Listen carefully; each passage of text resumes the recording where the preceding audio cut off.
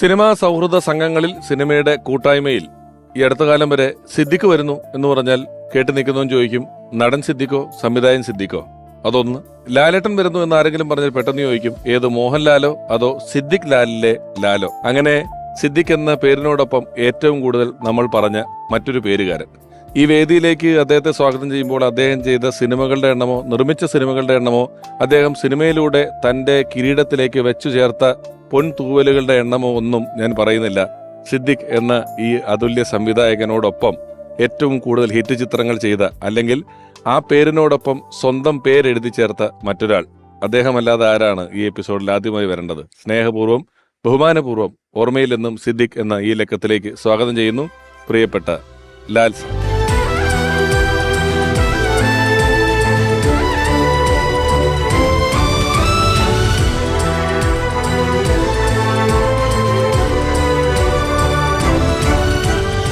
നമസ്കാരം. നമസ്കാരം. ലാൽ സാർ ഇവിടെ വരുമ്പോ ഒരുപക്ഷെ ഈ ഒരു പരിപാടിയുടെ തുടക്കത്തിന് ശേഷം പല സന്ദർഭങ്ങളിൽ പല കാരണങ്ങൾ കൊണ്ട് മാറ്റിവെക്കപ്പെട്ടതും, എന്നാൽ ഇങ്ങനൊരു എപ്പിസോഡ് ഇവിടെ ചെയ്യേണ്ടത് അനിവാര്യമാണെന്നും അതിൽ ലാൽ സാറിന്റെ സാന്നിധ്യം അത്യന്താപേക്ഷിതമാണെന്നുള്ള ബോധ്യത്തോടെ മാറ്റിവെക്കപ്പെട്ടതാണ്. അതിനുള്ള സമയവും സാഹചര്യവും ഒക്കെ ഇപ്പോഴാണ് എത്തിയത്. അദ്ദേഹവും ഇന്ന് പറയുകയുണ്ടായി, സിദ്ദിഖ് സാറിന്റെ വിയോഗത്തിന് ശേഷം പല അനുശോചന ചടങ്ങുകളിലേക്കൊക്കെ അദ്ദേഹത്തിനെ വിളിച്ചിട്ടുള്ളപ്പോഴൊന്നും അതിലൊന്നും പങ്കെടുക്കാനുള്ള മനസ്സ് അദ്ദേഹത്തിന് ഉണ്ടായില്ല. മനസ്സുണ്ടായില്ലെന്ന് പറഞ്ഞാൽ അതിൽ പങ്കെടുക്കുന്നത് അദ്ദേഹത്തിന് ഇഷ്ടമല്ലായിരുന്നു. ഞങ്ങളുടെ പ്രത്യേക താല്പര്യവും ക്ഷണവും അഭ്യർത്ഥനയും മാനിച്ചാണ് വന്നതിൽ വളരെ നന്ദി ഒരിക്കൽ കൂടി ഈ അവസരത്തിൽ പറയുന്നു. ഞാനിപ്പോൾ ആമുഖത്തിൽ ഇങ്ങനെ യാദൃശ്യമായിട്ട് പറഞ്ഞു, നമ്മളിപ്പോഴും സിദ്ദിഖ എന്ന് പറയുമ്പം നടനോ ഡയറക്ടറോ എന്ന് ചോദിക്കും. ലാലേട്ടന്റെ ഒരു ഐഡന്റിറ്റി ആയിട്ട് നമ്മൾ എവിടെ ലാലേട്ടൻ വരുന്നു എന്ന് പറഞ്ഞാലും സിദ്ദിഖ് ലാലിലെ ലാലാണോ എന്നാണ് സിനിമയിൽ എപ്പോഴും പറയുന്നത്. ആ പേര് ഒന്നിച്ച് ചേർത്ത് വെച്ചിട്ടുണ്ട്. ഒരുപക്ഷെ ഇരട്ട സംവിധായകർ, എനിക്ക് ഒന്ന് രണ്ട് പേരൊക്കെ ആ സമയങ്ങളിൽ ഉണ്ടായിരുന്നെങ്കിൽ എനിക്ക് തോന്നുന്നു ഇത്ര ജനകീയരായ ഒരു ഇരട്ട സംവിധായകർ മലയാളത്തിൽ ആദ്യത്തേത് നിങ്ങളായിരുന്നു എന്ന് ശ്രദ്ധിച്ചിട്ടോ നോക്കിയിട്ടുണ്ടോ എപ്പോഴെങ്കിലും? ആയിരിക്കണം. അതിനുശേഷമാണ് എനിക്ക് തോന്നുന്നു അനിൽ ബാബുമാര്, അശോകൻ താഹയൊക്കെ വന്നിട്ടുണ്ടെങ്കിലും ആദ്യത്തെ ഇരട്ട സംവിധായകർ, അതൊരു റെക്കോർഡാണ്. മലയാളത്തിലെ ഒരു ആദ്യത്തെ ഇരട്ട സംവിധായക ജോഡി ഇത്രയും പോപ്പുലർ ആയത്. പലപ്പോഴും സൗകര്യപൂർവ്വം നമ്മൾ പറയേണ്ട സ്ഥലങ്ങളിൽ ഒരു നർമ്മമുള്ള സിനിമയായതുകൊണ്ട് തഴയപ്പെടുന്ന പോലെ തോന്നുന്നൊരു സിനിമയാണ് ഗോഡ് ഫാദർ. ഏറ്റവും കൂടുതൽ ഹിറ്റായിട്ടുള്ള ഒരുപാട് സിനിമകൾ നിരനിരയായി ഹിറ്റാക്കിയിട്ടുള്ള ഒരു കൂട്ടുകെട്ടാണ് ഇവരുടേത്. മിമിക്രി എന്നാണല്ലോ സ്റ്റേജുകളിൽ വെച്ചല്ലേ സൗഹൃദം ഉണ്ടാകുന്നത്? അല്ല, അതിനു മുമ്പ് തന്നെ പരിചയമുണ്ട്. ഞങ്ങൾ രണ്ടുപേരും പുല്ലേപ്പിടിക്കാരാണ്. എറണാകുളത്ത് പുല്ലേപ്പിടി എന്ന് പറയുന്ന സ്ഥലത്തുള്ളവരാണ്. ഞങ്ങൾ ആദ്യം പരിചയപ്പെടുത്തുന്നതെന്ന് പറഞ്ഞാൽ ഫുട്ബോൾ ടൂർണമെന്റ് മാച്ചുകളിലൂടെ ആയിരുന്നു. ഞങ്ങൾ ശരിക്കും രണ്ട് ഗ്രൂപ്പുകളായിരുന്നു. പുല്ലേപ്പിടി തന്നെയുള്ള രണ്ട് ഗ്രൂപ്പുകളായിരുന്നു. സിദ്ദിഖ് മുസ്ലിം ഗ്രൂപ്പും ഞാൻ ക്രിസ്ത്യാനി ഗ്രൂപ്പും. രണ്ട് ഗ്രൂപ്പിന്റെ ലീഡേഴ്സ് ആയിരുന്നു ഞങ്ങള്. കാരണം ഈ തമാശ പറയാനുള്ള ഒരു കപ്പാസിറ്റി ഉള്ളതുകൊണ്ട് എല്ലാവരും നമ്മുടെ അടുത്തേക്ക് വരിക എന്ന് പറയുന്ന സംഭവമുണ്ട്. പക്ഷെ ഞങ്ങളൊരു ശത്രുപക്ഷത്തായിരുന്നു രണ്ടുപേരും. അപ്പോ എല്ലാ ആഴ്ചകളിലും മത്സരങ്ങൾ വെക്കും, ഫുട്ബോൾ മാച്ച് വെക്കും. സിദ്ദിഖ് കളിക്കാറില്ല, സിദ്ദിഖ് നോക്കി നിൽക്കുന്ന ഒരു കാണിയാണെന്നും 25 രൂപ എന്നൊക്കെ പറഞ്ഞിട്ടുള്ള ബെറ്റിനാണ്. അതായത് ജയിക്കുന്നതിന് 25 രൂപ കിട്ടും, അല്ലെങ്കിൽ 15 രൂപ എന്നൊക്കെ പറയുന്നു. കളിയില് ഒരിക്കലും അവർ ജയിച്ചാൽ പിന്നെ ഞങ്ങൾ ജയിക്കും. മിക്കവാറൊക്കെ തോൽക്കുന്നത് ഞങ്ങൾ തന്നെ ആയിരിക്കുള്ളൂ. മുസ്ലിം ഗ്രൂപ്പാണ് ജയിക്കുന്നത്. കാരണം അതിനകത്ത് ഒരു ഇരുമ്പുകാലൻ അറിയപ്പെട്ടിരുന്നൊരു പുള്ളി ഉണ്ടായിരുന്നു. ഇരുമ്പുകാലൻ അടിക്കുന്നതിന്റെ കാലില് സാധാരണ എല്ലാവരുടെയും എന്താ പറയാ, എല്ലിന്റെ പുറത്ത് മാംസം പൊതിഞ്ഞിരിക്കുകയല്ലേ. ഇവന്റെ മാംസത്തിന്റെ പുറത്ത് എല്ലുകൊണ്ടാണോ എന്ന് തോന്നിപ്പിക്കുന്ന അവന്റെ കാലുമായിട്ട് അടിച്ചു കഴിഞ്ഞാൽ പിന്നെ അവന് കളിക്കാൻ പറ്റില്ല. അപ്പൊ അങ്ങനെ ഒരാളുണ്ടായിരുന്നു അവരുടെ ടീമില്. അപ്പൊ അതുകൊണ്ട് തോൽവി മിക്കവാറും ഞങ്ങളാണ് ഏറ്റുവാങ്ങിക്കൊണ്ടിരുന്നത്. അങ്ങനെയുള്ളൊരു പരിചയവും ശത്രുതയും ഉണ്ടായിരുന്നു. പരിചയപ്പെടുന്ന കഥയൊക്കെ പറയണോ? ഉറപ്പായിട്ടും പറയണം. എനിക്ക് അങ്ങനെ ഒരു പരിചയവും ശത്രുത എന്ന് പറഞ്ഞാൽ പലപ്പോഴും നമുക്ക് പരിചയമുള്ള ഒരാളെ കുറിച്ച് നമുക്ക് അറിയുന്നതിനേക്കാൾ കൂടുതൽ നമ്മുടെ ശത്രുവിനെ കുറിച്ച് നമുക്ക് അറിയാം. അത് നമ്മുടെ ഒരു വിജയത്തിന്റെ നമ്മുടെ മുന്നോട്ട് പോകാനോ ആവശ്യമാണ്. അതുകൊണ്ട് നമ്മൾ അറിയും. ആ പരിചയപ്പെട്ടവർ അങ്ങനെയാണ് ഒരു കാര്യം ചെയ്യും. സാർ ഇരിക്കും. എങ്ങനെയായിരുന്നു പരിചയപ്പെട്ടത്? ഈ ഫുട്ബോൾ കളിയിലൊക്കെ നമ്മൾ പറയുന്നത് നമുക്ക് അറിയാം എന്നുള്ളതേ ഉള്ളൂ. അതൊരു പരിചയമാവണം, സൗഹൃദമാവണം, അതൊക്കെ ഒരു വാശിയും വൈരാഗ്യമൊക്കെ ഉണ്ടായിരുന്നു അതിനകത്ത്. അപ്പൊ ആ കാലഘട്ടത്തിൽ ഞങ്ങൾ അവിടെ ഈ സെബസ്ത്യാനോസ് പുണ്യവാളന്റെ കഴുന്ന് എന്ന് പറയുന്ന പെരുന്നാളിനോടനുബന്ധിച്ച് അവസാന ദിവസം നാടകങ്ങളും മിമിക്രി അങ്ങനെ പരിപാടികളൊക്കെ ഉണ്ടാവും. അപ്പൊ അതിനെല്ലാ വർഷവും ഞങ്ങളും നാടകം കളിക്കും, അവരും വന്നിട്ട് നാടകം കളിക്കും. അതിനകത്തും ഉണ്ടായിരുന്നു ഈ മത്സരം. അങ്ങനെ ഒരു തവണ ഞങ്ങൾ നാടകം കളിച്ചപ്പോ ഈ കംപ്ലീറ്റ് ആയിട്ട് പഠിച്ചിട്ടൊന്നുമല്ല, ഏകദേശമൊക്കെ പഠിച്ചിട്ട് പിന്നെ പ്രോംപ്റ്റ് ചെയ്ത് കൊടുക്കലാണ് മെയിൻ ആയിട്ടുള്ള പരിപാടി. സ്ക്രിപ്റ്റ് അവിടെ സൈഡിലുണ്ടാവും. അപ്പൊ ഞങ്ങൾ അന്ന് കളിച്ച നാടകത്തിന്റെ ഞങ്ങൾ ഡയലോഗിനകത്ത് കൃത്യമായിട്ട് പഠിച്ചിട്ടില്ല, 2 ദിവസത്തെ തയ്യാറെടുപ്പൊക്കെ ഉണ്ടാവുള്ളൂ. രമണന്റെ മരണം എന്ന് പറയുന്ന ടിപ് ടോപ്പ് അസീസിന്റെ ഒരു നാടകമായിരുന്നു ഞങ്ങൾ അവതരിപ്പിച്ചത്. അപ്പൊ ഈ സ്ക്രിപ്റ്റ് മോഷ്ടിക്കാൻ ഏറ്റവും നല്ല സ്ഥലം ഈ നാടകം തുടങ്ങിയ സമയത്താണ്. അത് തുടങ്ങുന്ന സമയത്ത് എല്ലാവരും വെപ്രാളത്തിലായിരിക്കും. അപ്പൊ സ്ക്രിപ്റ്റ് അവിടെ ഇരിപ്പുണ്ടായിരുന്നു. അത് ഇവരുടെ ഗ്രൂപ്പിലെ ആളുകൾ വന്ന് അടിച്ചു മാറ്റി. അപ്പൊ ഡയലോഗ് പ്രോംപ്റ്റ് ചെയ്ത് കൊടുക്കാൻ പറ്റണില്ല. പിന്നെ എങ്ങനെയൊക്കെ നാടകം കളിച്ച് ഞങ്ങൾ രക്ഷപ്പെട്ടു എന്ന് പറയാം വേണമെങ്കിൽ.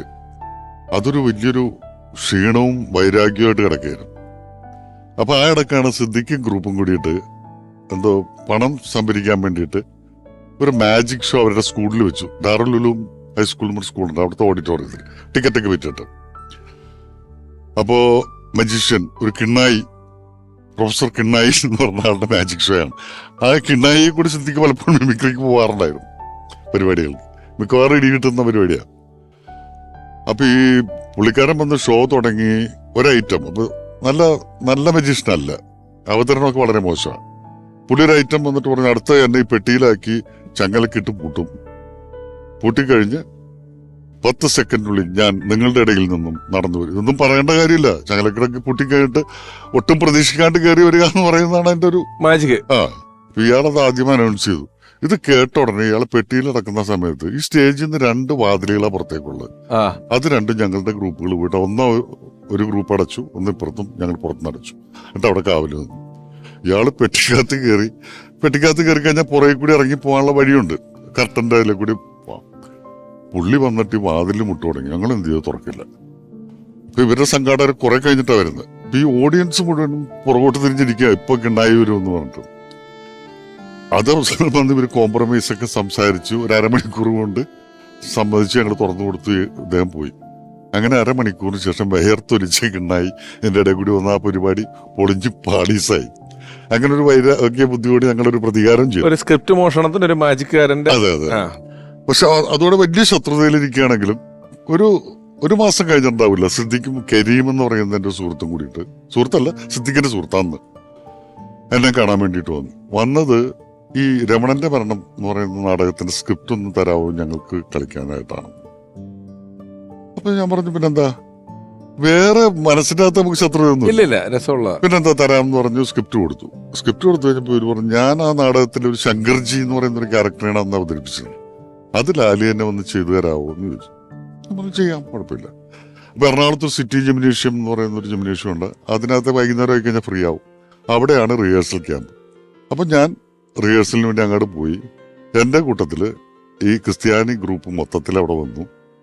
അത് ഒരു സൗഹാർദ്ദത്തിലേക്ക്, ഒരു മതസൗഹാർദ്ദത്തിലേക്ക് മാറി. പിന്നെ അവിടെ ഒരു മുസ്ലിം ക്രിസ്ത്യൻ ഗ്രൂപ്പ് ഉണ്ടായിട്ടില്ല. അതാണ് ഞങ്ങളുടെ ആദ്യം നിങ്ങൾ ആ ഒരു സ്ക്രിപ്റ്റിലാണ് ഇത് കാണുന്നത്. ഞാൻ അവിടെ നിന്ന് നമ്മൾ തുടങ്ങി ഇനിയും കുറെ പറയാനുണ്ടെങ്കിലും പെട്ടെന്നൊന്ന് സിനിമയിലോട്ട് സ്കിപ്പ് ചെയ്ത് കയറിയാല് നമ്മൾ വളരെ ഹ്രസ്വമായ സമയം സംസാരിച്ചതിനിടയിൽ ഒരു ഇരുമ്പ് കാലനും കിണ്ണായി വന്നു. അതെ, ഈ നിങ്ങളുടെ സിനിമകളിലെ കഥാപാത്രങ്ങളുടെ പേര് ജോൺ ഹോനായി, റാംജി റാവു, അഞ്ഞൂറാൻ, മായൻകുട്ടി, ആനപ്പാറ അച്ചാമ്മ, ഖന്നാസ് കടലാസ്, വേണ്ട ഗർവാസി സാശാൻ, സന്ധ്യാവ്, ഹൃദയഭാനു എന്നൊക്കെ പറഞ്ഞ് ഇങ്ങനെ കിടക്കുന്ന ഇത്ര പേരുകള്. ഈ പേര് എവിടുന്നാ നിങ്ങൾക്ക് കിട്ടുന്നത്? ഇത് ഹൃദയഭാനു എന്നും ഗർവാസി സാശാൻ, ഇരുമ്പ് ജോൺ എന്നെക്കൊള്ളിയിലുണ്ടോ? മായൻകുട്ടി ഞാനാണ് ആ പേര് പറഞ്ഞത്. പക്ഷെ സിദ്ദിഖിന്റെ ഫ്രണ്ടാണ്, മഹാരാജ് കോളേജിൽ പഠിച്ചിരുന്ന സിദ്ദിഖിന്റെ ഒരു ഫ്രണ്ടാണ് മായൻകുട്ടി. എനിക്ക് അന്ന് ഒരു പേര് അവർക്കപ്പോ പ്രത്യേകത ഒന്നുമില്ല, കുറെ നാളായിട്ട് വിളിച്ചോണ്ടിരിക്കുന്ന. ഞാൻ ഒരു ദിവസം കേട്ടപ്പോ എനിക്ക് ഭയങ്കര പ്രത്യേകതകളുടെ പേരായിട്ട് തോന്നി, മായൻകുട്ടി എന്ന് പറഞ്ഞു. അന്ന് വരെ ഞാൻ കേട്ടിട്ടുണ്ടായിരുന്നില്ല. അങ്ങനെയാണ് മായൻകുട്ടി വരുന്നത്. അഞ്ഞൂറാനും ഇതുപോലെ തന്നെ എന്തോ ശബ്ദധാരാവലി എന്നോ മറ്റോ സിദ്ദിഖ് കണ്ടെടുത്തൊരു പേരാണ്. ഈ എന്നാലും ഞാനിപ്പോ പറഞ്ഞ എന്താ സ്രാങ്ക് ഉണ്ട് ഒരു പടത്തില്, ഈ ഉറുമീസ് തമ്പാൻ, ഒരു പേരുകളുടെ ശേഖരം നമ്മളൊന്ന് പെട്ടെന്ന് കണ്ടു മറക്കുന്ന അല്ലാണ്ട് ഒന്നുകൂടെ ശ്രദ്ധിച്ചു നോക്കിയാൽ എല്ലാ സിനിമയിലും കയറി ഇറങ്ങിപ്പോയാൽ ഒരുപാട് കോട്ടുമൂസ, കോട്ടുമുക്രി എന്നൊക്കെ പറയുന്ന പേരുകള് ഇരിക്കുകയാണ്. അതിനുവേണ്ടി നിങ്ങൾ എഴുതാനിരിക്കുമ്പോൾ ഒരു ശ്രമം നടത്തുന്നുണ്ടോ, ബോധപൂർവമായ ശ്രമം നടത്തുന്നുണ്ടോ? നിങ്ങൾക്ക് അത് അങ്ങനത്തെ പേര് വരുള്ളോ? അതെങ്ങനെയൊക്കെയാണ് വരുന്നതെന്ന് അറിയില്ല. അതിനുവേണ്ടി ബോധപൂർവമായിട്ടുള്ള ശ്രമം അല്ല, എന്താണെങ്കിലും പ്രത്യേകതകൾ വേണം എന്ന് പറയുന്നത്. അതായത് ഒരു ക്യാരക്ടറിന് ചിലപ്പോൾ ഒരു പ്രാവശ്യം പറഞ്ഞു പോകുന്നേ ഉണ്ടാവുള്ളൂ, മായൻകുട്ടി എന്ന് പറഞ്ഞു പോകും. പക്ഷെ പിന്നീട് അയാളെ മായൻകുട്ടി എന്ന് വിളിക്കുമ്പോൾ നേരത്തെ പറഞ്ഞ അത് ഇയാളായിരുന്നു എന്ന് ഓർമ്മിക്കാനായിട്ട് എപ്പോഴും പ്രത്യേകതയുള്ള പേരുകളാണെങ്കിൽ അത് ഉപകരിക്കും. ഈ സിനിമയിലെ മറ്റ് കഥാപാത്രങ്ങൾ ആ പേര് ഉപയോഗിക്കുമ്പം പെട്ടെന്ന് ആ മുഖം ഓർമ്മ വരാനായിട്ട് പ്രത്യേകതകളുടെ പേരുണ്ടെങ്കിൽ അത് ഒരുപാട്.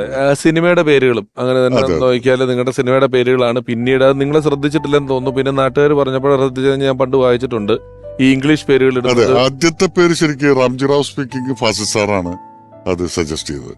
ശരിക്കും അത് വന്നത് അന്ന് രാമോജി റാവു സ്റ്റുഡിയോ ഉണ്ട്, അതിൽ നിന്ന് എടുത്തിട്ടുള്ള ഒരു സംഭവമായിരിക്കണം ഫാസിൽ സാർ പറഞ്ഞത്. റാംജി റാവു സ്പീക്കിംഗ് ഇട്ടാലോ എന്ന് ചോദിച്ചത്. അപ്പൊ ആദ്യം നമുക്കത് വല്ലാത്തൊരു കല്ലുകടിയായിട്ട് തോന്നി.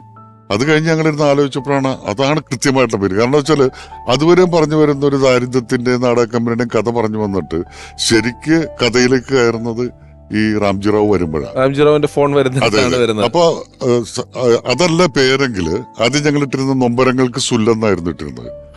അപ്പൊ അന്ന് എല്ലാവരും പറഞ്ഞു സുല്ലിട്ടുകൊണ്ട് തുടങ്ങുന്നത് തന്നെ.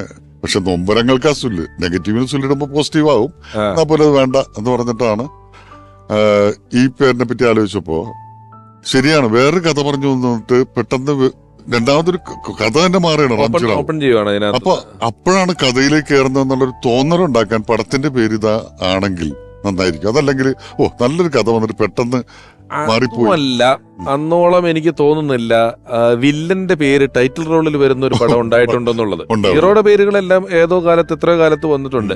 പിന്നെ എനിക്ക് തോന്നുന്നു ഹിന്ദിയിൽ ഈ ഗജനി എന്ന് പറയുന്ന സിനിമ പിന്നെ ഹിന്ദി പോയപ്പോഴാണ് ഇതില് വന്നിട്ടുള്ളത്. വില്ലന്റെ പേര് ടൈറ്റിലിൽ വന്നിട്ടുള്ളത് പിന്നീട് ആ സമയത്ത് എനിക്കൊന്ന് അതിന് മുമ്പോ ശേഷമോ കാസർഗോഡ് കാദർബായി എന്ന് പറയുന്ന പടം അതിന് ശേഷമാണ് വന്നിട്ടുള്ളത്. ശേഷം അതിന്റെ ഒരു ചുവട് പിടിച്ചു വന്ന പടങ്ങളുടെ കൂട്ടത്തിൽപ്പെട്ടാണ് വന്നതാണ്. പക്ഷെ ഹരിഹർ നഗർ അങ്ങനെ എത്രയോ പടങ്ങൾ, അത് ഹിറ്റ്ലർ ഉൾപ്പെടെ. ഞാൻ ഈ ഇടയ്ക്ക് ഈ ഡിസംബറിൽ ജർമ്മനിയിൽ പോയിട്ട് ഹിറ്റ്ലറിന്റെ കോൺസെൻട്രേഷൻ ക്യാമ്പിൽ പോയിട്ട് ചരിത്രം അറിയാനുള്ള ആകാംക്ഷ കൊണ്ട് ഹിറ്റ്ലർ എന്ന് പറഞ്ഞ് സെർച്ച് ചെയ്താല് അതിനിടയിൽ നിങ്ങളുടെ പേരും മമ്മൂക്കയുടെ ഒരു ഫോട്ടോയും വരുന്നുണ്ട്. നമ്മള് ജർമ്മന്റെ ചരിത്രം പഠിക്കുന്നതിൽ അവിടെയും ഈ പേരുകൊണ്ട് കയറി പറ്റാൻ പറ്റിയിട്ടുണ്ട്. ഗോഡ് ഫാദറിൽ കയറി പറ്റാൻ പറ്റിയിട്ടുള്ളൂ. ഇത്രയും സിനിമകളുടെ ഒരു എഴുത്തിൽ നിങ്ങളുടെ രണ്ടുപേരുടെയും കോമ്പിനേഷൻ, ഇതൊരു ആശയപരമായ തൊഴിലാണല്ലോ സിനിമയുടെ എഴുത്ത് എന്ന് പറയുന്നത്. അതിനകത്ത് നർമ്മം ഉണ്ടെങ്കിലും നിങ്ങളുടെ കഥകളിൽ കൃത്യമായ ഇടവേളകളിൽ ചില കഥാപാത്രങ്ങൾ കയറി വരിക, അതിന് ഇങ്ങനെ ഒരു പ്രേക്ഷകനെ പരിപൂർണമായി തൃപ്തിപ്പെടുത്തുന്ന കഥകളിലേക്ക് എത്താൻ നിങ്ങൾ ആശയപരമായ തർക്കങ്ങൾ ഉണ്ടാകാറുണ്ടോ? ഒരുപാടുണ്ടാകാറുണ്ട്. പക്ഷെ ഈ ട്വിസ്റ്റുകള്, ഇവിടെ പുതിയ ക്യാരക്ടർ വരണം അല്ലെങ്കിൽ സംഭവം ഉണ്ടാകണം എന്നൊക്കെ പറയുന്ന തോന്നല്, അതൊക്കെ ഞങ്ങൾക്ക് ശരിക്കും പറഞ്ഞ ഇംഗ്ലീഷ് പടങ്ങൾ കണ്ടിട്ട് കിട്ടിയിട്ടുള്ള ഒരു അനുഭവമാണ്. അവരുടെ സിനിമയുടെ കഥ പറയുന്ന ഒരു രീതിയിൽ ഒരു പടം തുടങ്ങി ഒരു ഇത്ര ടൈം കഴിയുമ്പോൾ തന്നെ പ്രശ്നത്തിലേക്ക് ചാടി വീഴണം, ഒരു ഹുക്ക് വീഴണം എന്നൊക്കെ പറയുന്ന, അന്ന് നമ്മളിതൊന്നും അറിയാതെ സിനിമ കണ്ടിട്ടുള്ള അനുഭവം വെച്ചിട്ട് മാത്രമാണ് എഴുതിയേക്ക്. പക്ഷെ പിൽക്കാലത്തൊരിക്കല് ഈ സിനിമ എടുക്കുന്നതിന്റെ രീതികളെ പറ്റിയൊക്കെ ഹോളിവുഡിൽ നിന്നൊക്കെയുള്ള ചില ലേഖനങ്ങളൊക്കെ വായിച്ചപ്പോൾ ഞങ്ങൾ പറഞ്ഞു നമുക്ക് നോക്കാമെന്ന് പറഞ്ഞ് നമ്മുടെ പടങ്ങളുമായിട്ട് ഒത്തുനോക്കി ചെയ്തിട്ടുള്ള പടങ്ങൾ. അപ്പൊ ഇവര് അന്ന് തിയറി ആയിട്ടുണ്ടാക്കി വെച്ചിരിക്കുന്നത് ഞങ്ങള് ചെയ്തിരിക്കുന്നതായിട്ട് വളരെ കൃത്യമായിട്ട് ഒന്ന് ചേർന്നിട്ടുണ്ട്. മനഃപൂർവ്വം ഒരാളിങ്ങനെ പറഞ്ഞിട്ടുണ്ട്, അതായത് ഈ ന്യൂട്ടൺ ഗുരുത്വാകർഷണം കണ്ടുപിടിച്ചില്ലെങ്കിലും താഴത്തേട്ട് തന്നെ വീഴും എന്ന് പറഞ്ഞാൽ ഇതിന്റെ തിയറി നമുക്ക് അറിയില്ലെങ്കിലും യാദൃശികമായിട്ട് ഈ തിയറികൾ ആ സമയങ്ങളിൽ എത്രയും കറക്റ്റ് ആയിരുന്നു. അത് എനിക്ക് തോന്നുന്നു അവതാർ എന്ന് പറഞ്ഞ പടം ഇറങ്ങിയപ്പം ഈ വിയറ്റ്നാം കോളനിയുടെ കഥയാണ് അതെന്നും പറഞ്ഞ് വലിയ എഴുത്ത് നവമാധ്യമങ്ങളിലെല്ലാം ഇഷ്ടംപോലെ വന്നിട്ടുണ്ടായിരുന്നു എന്നുള്ളതാണ് അല്ലേ. ഇനി സിദ്ദിഖ് സാറിനെ കുറിച്ച് നിങ്ങളുടെ സമകാലീനായിട്ടുള്ള ബേണി ഇഗ്നേഷ്യസ് കൂട്ടുകെട്ടിലെ ഇഗ്നേഷ്യസ് സാർ ഓർക്കുന്നു. അദ്ദേഹം മരിച്ചു എന്ന് കേട്ടിട്ട് എനിക്ക് ഇന്നും അതിൻ്റെ നടുക്കം മാറിയിട്ടില്ല. കാരണം ഞങ്ങളൊരിക്കൽ ലൂർദ് ഹോസ്പിറ്റലിൽ ഒരു മദ്യവിരുദ്ധ കൂട്ടായ്മ ദിനത്തിൽ അത് ഉദ്ഘാടനം ചെയ്യാനായിട്ട് പറ്റിയ ഒരാളുണ്ടോ, സിനിമയിലുണ്ടോ എന്ന് ചോദിച്ചപ്പോൾ ഞാൻ ഒരിക്കൽ സിദ്ദിഖിനെ വിളിച്ച് ചോദിച്ചപ്പോൾ ഞാനെന്താണ്, നമ്മൾ രണ്ടു കൂട്ടരും മദ്യപിക്കാത്ത ആൾക്കാരല്ലേ, നമുക്ക് പോവാം എന്ന് പറഞ്ഞിട്ട് പറഞ്ഞ് ഞാൻ അങ്ങോട്ട് വന്നോളാം, ഇഗ്നേഷ്യസിൻ്റെ വീട്ടിൽ വന്ന് നമുക്കൊന്ന് 2 വണ്ടിയും കൊണ്ടൊന്നും പോകണ്ട എന്ന് പറഞ്ഞ് എന്നെ ഒന്ന് കൂട്ടിക്കൊണ്ടുപോയി. അവിടെ ചെന്നിട്ട് പുള്ളി ഉദ്ഘാടന പ്രസംഗം നടത്തിയപ്പോൾ ആദ്യം പറഞ്ഞത് ഞാൻ ഭയങ്കര ലഹരി ഉപയോഗിക്കുന്ന ആളാണ് എന്ന് പറഞ്ഞു. ഞാൻ ഞെട്ടിപ്പോയി. ലഹരി ഉപയോഗിക്കാത്ത ഒരാളെ കൊണ്ട് ഉദ്ഘാടനം ചെയ്യിപ്പിക്കണം സിനിമയിലുള്ള ഒരാളെന്ന് പറഞ്ഞിട്ട് ഞാൻ വിളിച്ചുകൊണ്ട് പോയിട്ട് പുള്ളി പറഞ്ഞു നന്നായിട്ട് ലഹരി ഉപയോഗിക്കുന്ന ആളാണ് ഞാൻ എന്ന് പറഞ്ഞു. അത് കുറച്ച് നേരം എല്ലാവരും സ്റ്റില്ലായി പോയി കേട്ടിട്ട്. അപ്പോൾ പുള്ളി പറഞ്ഞത് ലഹരി എന്ന് പറഞ്ഞിട്ടുണ്ടെങ്കിൽ മദ്യപാനമല്ല ഞാൻ ഉദ്ദേശിച്ചത്, എനിക്ക് സിനിമ, ഡയറക്ഷൻ, സിനിമയായിട്ട് ബന്ധപ്പെട്ട ജോലികൾ, ഇതൊക്കെ എൻ്റെ ലഹരിയാണ്. അതിനപ്പുറത്തേക്ക് എനിക്കൊരു ലഹരി ഉപയോഗിക്കാനും പറ്റില്ല. അതാണ് എൻ്റെ ലഹരി. അതിപ്പോൾ എൻ്റെ സുഹൃത്ത് ഇഗ്നേഷ്യസ് വന്നിട്ടുണ്ട്, അദ്ദേഹവും ആ സംഗീതമല്ലാണ്ട് അദ്ദേഹത്തിന് വേറെ ലഹരിയില്ല. അതുകൊണ്ട് ഞാൻ പറഞ്ഞത് മാത്രമേ ഉള്ളൂ. അല്ലാണ്ട് ഞാനൊരു കള്ളുടിയൊന്നുമല്ല എന്ന് പറയുമ്പോൾ എനിക്ക് സമാധാനം, അവിടെ ഇരിക്കുന്ന ഡയറക്ടർമാർക്കും എല്ലാവർക്കും സമാധാനമായി. ഞാനിങ്ങനെ ഒരു കള്ളുടിയും കൂട്ടിക്കൊണ്ടൊന്നും വിചാരിക്കണ്ടല്ലോ എന്നോർത്ത് എനിക്കും സമാധാനമായി. അപ്പോൾ അങ്ങനെ പുള്ളിയായിട്ട് ഒരുപാട് അനുഭവങ്ങളുണ്ട്. പിന്നെ പുള്ളി എപ്പോഴും എവിടെ കണ്ടിട്ടുണ്ടെങ്കിലും എന്തെങ്കിലും തമാശകളൊക്കെ പറയും. കല്യാണരാമൻ്റെ റെക്കോർഡിങ് ലാലിൻ്റെ സ്റ്റുഡിയോയിൽ നടക്കുമ്പോഴത്തേക്ക് എൻ്റെ അടുത്ത് വന്നിട്ട് തമാശന് പറയും, ഈ റെക്കോർഡിങ്ങൊക്കെ വളരെ ഹൈലി ടാലൻറ്റഡായിട്ടുള്ള ആളുകളെ കുറിച്ച് വേണം ചെയ്യിക്കാനായിട്ട് ക്വാളിറ്റിക്ക് ഒരു കോംപ്രമൈസ് ഉണ്ടാകാൻ പറ്റിട്ടാന്ന് പറഞ്ഞു. അപ്പോൾ ലാലടുത്ത് ഇപ്പോണ്ട് പറഞ്ഞു, ആ കാര്യം ബുദ്ധിമുട്ടാണ്, കാരണം എന്ത് സംഭവിച്ചാലും ഞാൻ റെക്കോർഡിങ് ഇവിടെ നിന്ന് മാറ്റുന്ന പ്രശ്നമില്ല എന്ന് പറഞ്ഞു. അപ്പോൾ ആദ്യം പുള്ളിക്ക് സംശയം തോന്നി. അപ്പം ഇത്രയും ക്വാളിറ്റി കുറവാണെങ്കിൽ പോലും ലാലിൻ്റെ അടുത്ത് തന്നെ ചെയ്യുള്ളൂ എന്നുള്ളതാണ് ഈ പറഞ്ഞതിൻ്റെ അർത്ഥമെന്ന് പുള്ളിക്ക് പിന്നീട് മനസ്സിലായി. അപ്പോൾ ലാലിനെ കൂടി ഒരു കണ്ടുപിടിച്ചാണ് ഞാൻ ആൾ കൊള്ളാമല്ലോ എന്ന്. അപ്പോൾ അങ്ങനെ ഞങ്ങളൊക്കെ തമ്മിൽ അങ്ങനെ ഒരു കൂട്ടായ്മ ഉണ്ടായിരുന്നല്ല, മനസ്സുകൊണ്ട് അത്ര ഐക്യമായിരുന്നു. അപ്പോൾ സിദ്ദിഖിൻ്റെ മരണം നേരത്തെ ഞാൻ പറഞ്ഞ പോലെ തന്നെ എനിക്ക് ഇപ്പോഴും അംഗീകരിക്കാൻ പറ്റിയിട്ടില്ല, കാരണം എൻ്റെ മനസ്സിൽ അത്രയധികം സ്ഥാനമുള്ള ആളാണ്. മിമിക്രി കാലം തൊട്ട് അല്ലെങ്കിൽ മിമിക്രിയിലെ തൊട്ട് താഴെ വന്ന ബാച്ചിൽ വരികയും വലിയ സൗഹൃദം കാത്തു സൂക്ഷിക്കുകയും ഒക്കെ ചെയ്തിട്ടുള്ള ഒരാൾ, അദ്ദേഹവും നമ്മൾക്ക് പ്രിയപ്പെട്ടവനായി മാറാൻ ഉപയോഗിച്ച ആയുധം ചിരി തന്നെയായിരുന്നു. ചിരിയിലൂടെ നമ്മളുടെ എല്ലാ മനസ്സുകളിലേക്ക് നടന്നു കയറിയ നമുക്ക് വളരെ പ്രിയപ്പെട്ട അഭിനേതാവ്, സ്നേഹപൂർവ്വം ഒരാളെ കൂടി സ്വാഗതം ചെയ്യുന്നു. വളരെ പ്രിയപ്പെട്ട ഹരിശ്രീ അശോകൻ ചേട്ടൻ.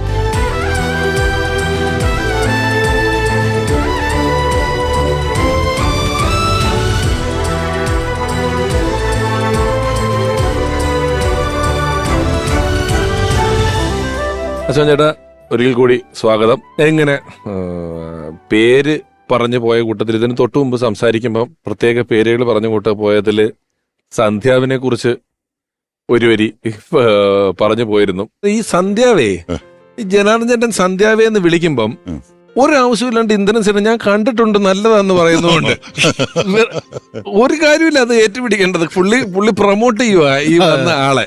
നിങ്ങളുടെ ഒരു സൗഹൃദം എന്നാണ് അശോകൻ ചേട്ടൻ തുടങ്ങുന്നത്? സിദ്ദിഖായിട്ടല്ല സൗഹൃദം, സിദ്ദിഖ് ലാലായിട്ടാണ് തുടങ്ങണത്. കാരണം ഈ ഞാൻ ഒറ്റയ്ക്ക് അന്ന് മിമിക്രി ഇല്ലല്ലോ, മോണോ ആക്ട് അല്ല, അങ്ങനെ കോമഡി പ്രോഗ്രാം ചെയ്യുന്നതിന് മുമ്പ് ഒറ്റയ്ക്ക് കോമ്പറ്റീഷന് പോകുന്നൊരു കാലഘട്ടമാണ്. അപ്പം ഞാൻ മോണോ ആക്ട് ചെയ്തു, എനിക്ക് പല സ്ഥലത്തുനിന്ന് പ്രൈസ് കിട്ടുന്നു, പിന്നീട് അത് മിമിക്രിയിലേക്ക് മാറുന്നു. ഞാൻ ആ സമയത്താണ് ഞാൻ സിദ്ദിഖ് ലാലിൻ്റെ ഷോസ് കാണുന്നത്. സ്വന്തം ഇവർ രണ്ടുപേരും കൂടി പോകുന്ന പ്രോഗ്രാം ഉണ്ടല്ലോ. അപ്പോൾ അത്ഭുതം തോന്നിപ്പോയി, കാരണം ഇങ്ങനൊരു പ്രോഗ്രാം ഞാൻ കണ്ടിട്ടേ ഇല്ല. കാരണം നമ്മൾ ആലപ്പി അഷ്റഫിൻ്റെയും പട്ടൻ സദൻ്റെയും അനിഫിക്കയുടെയൊക്കെ പ്രോഗ്രാം കണ്ടിട്ടുണ്ടെങ്കിൽ, ഇഞ്ചുല കണ്ടിട്ടുണ്ടെങ്കിൽ ഇവർ തമ്മിൽ ഉള്ളൊരു കോമ്പിനേഷൻ ഐറ്റംസ് നമ്മൾ അത്ഭുതപ്പെടുത്തി കളഞ്ഞു. കാരണം ഇവർ ചെയ്യുന്ന ഐറ്റംസ് ഒന്നും പഴയതല്ല, അന്ന് ആരും ചെയ്യാനും പറ്റാത്ത സംഭവങ്ങളാണ്. യന്ത്രമനുഷ്യൻ അതൊക്കെ ഒരിക്കലും ചെയ്യാൻ പറ്റില്ല, അത് ഇവർ തന്നെ ചെയ്യണം. കാരണം ലാലിനാണ് നല്ല ഹൈറ്റ് ഉണ്ട്. ഞാനൊക്കെ എൻ്റെ അത്ഭുതത്തോടെ നോക്കി നിന്നിട്ട് കൈയടിച്ചിട്ടുണ്ട്. അപ്പം എൻ്റെ മിമിക്രി തുടങ്ങുന്നത് തന്നെ എൻ്റെ റോൾ മോഡൽസ് ഇവർ രണ്ടുപേരുമാണ്. അവിടെ നിന്നാണ് ഞാൻ മിമിക്രി എന്ന് പറയുന്ന സാധനം ചെയ്യാനായിട്ട് ആഗ്രഹിക്കുന്നത് തന്നെ. ശരിക്ക് അന്ന് ഞാൻ ആ കാലഘട്ടത്തിൽ 10-13 സ്റ്റാർസിനെ കാണിക്കുമായിരുന്നു. അന്ന് സ്റ്റാർസ് മാത്രമേ ഞാൻ ചെയ്തിരുന്നുള്ളൂ. ഇപ്പം എനിക്ക് ആഗ്രഹമുണ്ട്, എനിക്ക് ഇവർ ചെയ്യുന്ന ഈ ഐറ്റംസ് കാണിക്കണം എന്നൊക്കെ. അങ്ങനെ ഞാൻ ഇവരെ രണ്ടുപേരെയും കൂടി എനിക്ക് കിട്ടിയിട്ടില്ല. സിദ്ദിഖിനെ ഞാൻ ഒരിക്കൽ പോയി കണ്ടു, പരിചയപ്പെടാൻ വേണ്ടി, പുല്ലപ്പള്ളിക്ക് പരിചയപ്പെടാൻ വേണ്ടി ഞാൻ ചെന്ന് കണ്ടു. അതിനുശേഷം ലാലിനെ ഞാൻ കാണുന്നത്. പിന്നെ ഇവർ രണ്ടുപേരെ പ്രോഗ്രാംസ് കാണാൻ ഞാൻ പോകും, എവിടെ ഉണ്ടെങ്കിലും ഞാൻ പോയി കാണും. അവിടെയൊക്കെ ഞാൻ ചെന്ന് ഇവരെ പരിചയപ്പെടും. ഞാൻ ഇന്ന ആളാണ്, ഞാനാണെന്ന് പറയുമ്പോൾ, കാരണം ഇവർക്ക് ഓർമ്മയുണ്ടാവില്ലെന്നാണ് എൻ്റെ വിചാരം. എനിക്കറിയാം അവിടെ ഉള്ളതല്ല, ഇന്ന സ്ഥലത്തുള്ളതെന്നൊക്കെ പറയാൻ അങ്ങനെയാണ് ഞാൻ ഇവരായിട്ട് കൂടുതൽ അടുക്കണത്. ഇത് മിമിക്രി സ്റ്റേജ് വിടുന്നത് വരെയും, മിമിക്രിയിൽ നിന്ന കാലഘട്ടം വരെ ഇവർ രണ്ടുപേരാണ് എൻ്റെ റോൾ മോഡൽസ്. ഇവരാണ് ഈ മിമിക്രിയിലേക്ക് നമ്മൾ ഇത്രയും കൊണ്ടുവന്നത് തന്നെ. അവിടുന്ന് ഈ പറഞ്ഞ റാംജിറാവു ആണ് ആദ്യം പറഞ്ഞ സിനിമ, ആദ്യ സിനിമയിലുണ്ട്. അതിനു മുമ്പ് ഇവര് എഴുതിയൊരു പടത്തിലുണ്ട്, പപ്പൻ പ്രിയപ്പെട്ട ഫസ്റ്റ് സിനിമ. ഇവരാദ്യം എഴുതിയ പടത്തിനകത്ത് ഇവരെഴുതിയ സിനിമയാണ്. ഇവരുടെ അതിൽ അശോകനുണ്ട്, എൻ എഫ് വർഗീസ് ഉണ്ട്, സൈനുദ്ദീനുണ്ട്, കോട്ടയം ജോസഫ്. ഈ അന്നേ നമ്മളിപ്പം ഞാനിപ്പോ ടി വിയിൽ അല്ലെങ്കിൽ സ്റ്റേജൊക്കെ ചെയ്യുന്ന സമയം അതിന്റെ കൂട്ടത്തിലൊരു സിനിമാ പരിപാടി വരുമല്ലോ. അപ്പൊ നമുക്കൊരു ഉൾഭയം വരും. അതായത് നമ്മൾ വളരെ കഷ്ടപ്പെട്ട ഒരു വേറൊരു ചെറിയ നാട്ടുരാജ്യത്തിൽ നമ്മൾ രാജാവായി നിൽക്കുക. വേറൊരു വലിയ രാജ്യത്ത് നമ്മൾ പ്രജയായിട്ട് പോവുകയാണ്. ഇനി അവിടം ഭരിച്ച് രാജാവാകുന്നത് എവിടെ കിടക്കുന്ന കാര്യമാണ്. ഇവിടെ ഒരു വലിയ ഒരു അനിശ്ചിതത്വത്തിന്റെ പോയിന്റ്. ഇപ്പൊ ചേട്ടൻ പറഞ്ഞു ഞാൻ മിമിക്രി വിടുന്നത് വരെ എന്നൊരു വാക്ക് പറഞ്ഞു. നിങ്ങൾ ഒരു സിനിമയ്ക്ക് തിരക്കഥ എഴുതി മിമിക്രിയും സ്റ്റേജും വിട്ട് ഇങ്ങോട്ട് വരുന്നുണ്ട്. അപ്പൊ നമ്മൾ രണ്ട് വള്ളത്തിൽ ഇങ്ങനെ പോയിട്ട് അവസാനം ഒരു കാര്യം കൂടി പറഞ്ഞു, മിമിക്രി വിടുന്നത് വരെ എന്ന് പറഞ്ഞാൽ അതിനുശേഷം ഞാൻ നാടകത്തിന് പോയി, പ്രൊഫഷണൽ നാടകം കളിക്കുക. അതുകൊണ്ടാണ് വിടുന്നത്. ഞാൻ ഇപ്പോഴും മിമിക്രി വിട്ടിട്ടില്ല. അല്ല ഞാൻ അതിപ്പോ ഞങ്ങളും ആരും വിട്ടിട്ടില്ല. ഞാൻ അങ്ങനെയല്ല ഇത് 100 ഫുൾ ടൈം ഇപ്പോഴും മാസത്തെ 200 സ്റ്റേജ് ഉത്സവപ്പറമ്പിൽ പോകുന്നില്ല പരിപാടിക്ക്. ഇല്ലില്ല. നമ്മൾ ഈ രണ്ട് വള്ളത്തിൽ നിന്ന് ഒരു വള്ളത്തിട്ട് കാലെടുത്ത് വെക്കുന്ന സമയത്തുള്ള ഒരു ഭീതി, നിങ്ങളുടെ ആ ഒരു തുടക്ക സമയത്ത് ഇപ്പൊ ഈ പപ്പൻ, പ്രിയപ്പെട്ട പപ്പൻ, അവിടെ നിങ്ങൾക്ക് രണ്ടുപേരും അതിനെക്കുറിച്ച് എപ്പോഴെങ്കിലും ചിന്തിച്ചിട്ടുണ്ടോ? നമ്മളിത് സിനിമയിൽ പോവാണ്, ഇതിന്റെ ഒരു അല്ല എന്തൊക്കെ പറഞ്ഞാലും ഇപ്പൊ മിമിക്രിക്കാരാണെങ്കിലും നാടകക്കാരാണെങ്കിലും ഇവരുടെയൊക്കെ സ്വപ്നം എന്ന് പറയുന്ന സിനിമയാണ്. അപ്പൊ അതിനകത്തൊക്കെ ഒരു ഓപ്പണിംഗ് കിട്ടുമ്പോ ഈ ഇപ്പൊ ഞങ്ങളന്ന് നല്ല തിരക്കില് മിമിക്രി ഉണ്ട്, സിദ്ദിഖിന് സ്കൂളിൽ ജോലിയുണ്ട്, ഞാനൊരു ഡ്രാഫ്റ്റ്സ്മാനായിട്ടൊരു ആർക്കിടെക്ടിന്റെ കൂടെ വർക്ക് ചെയ്യുന്നുണ്ട്.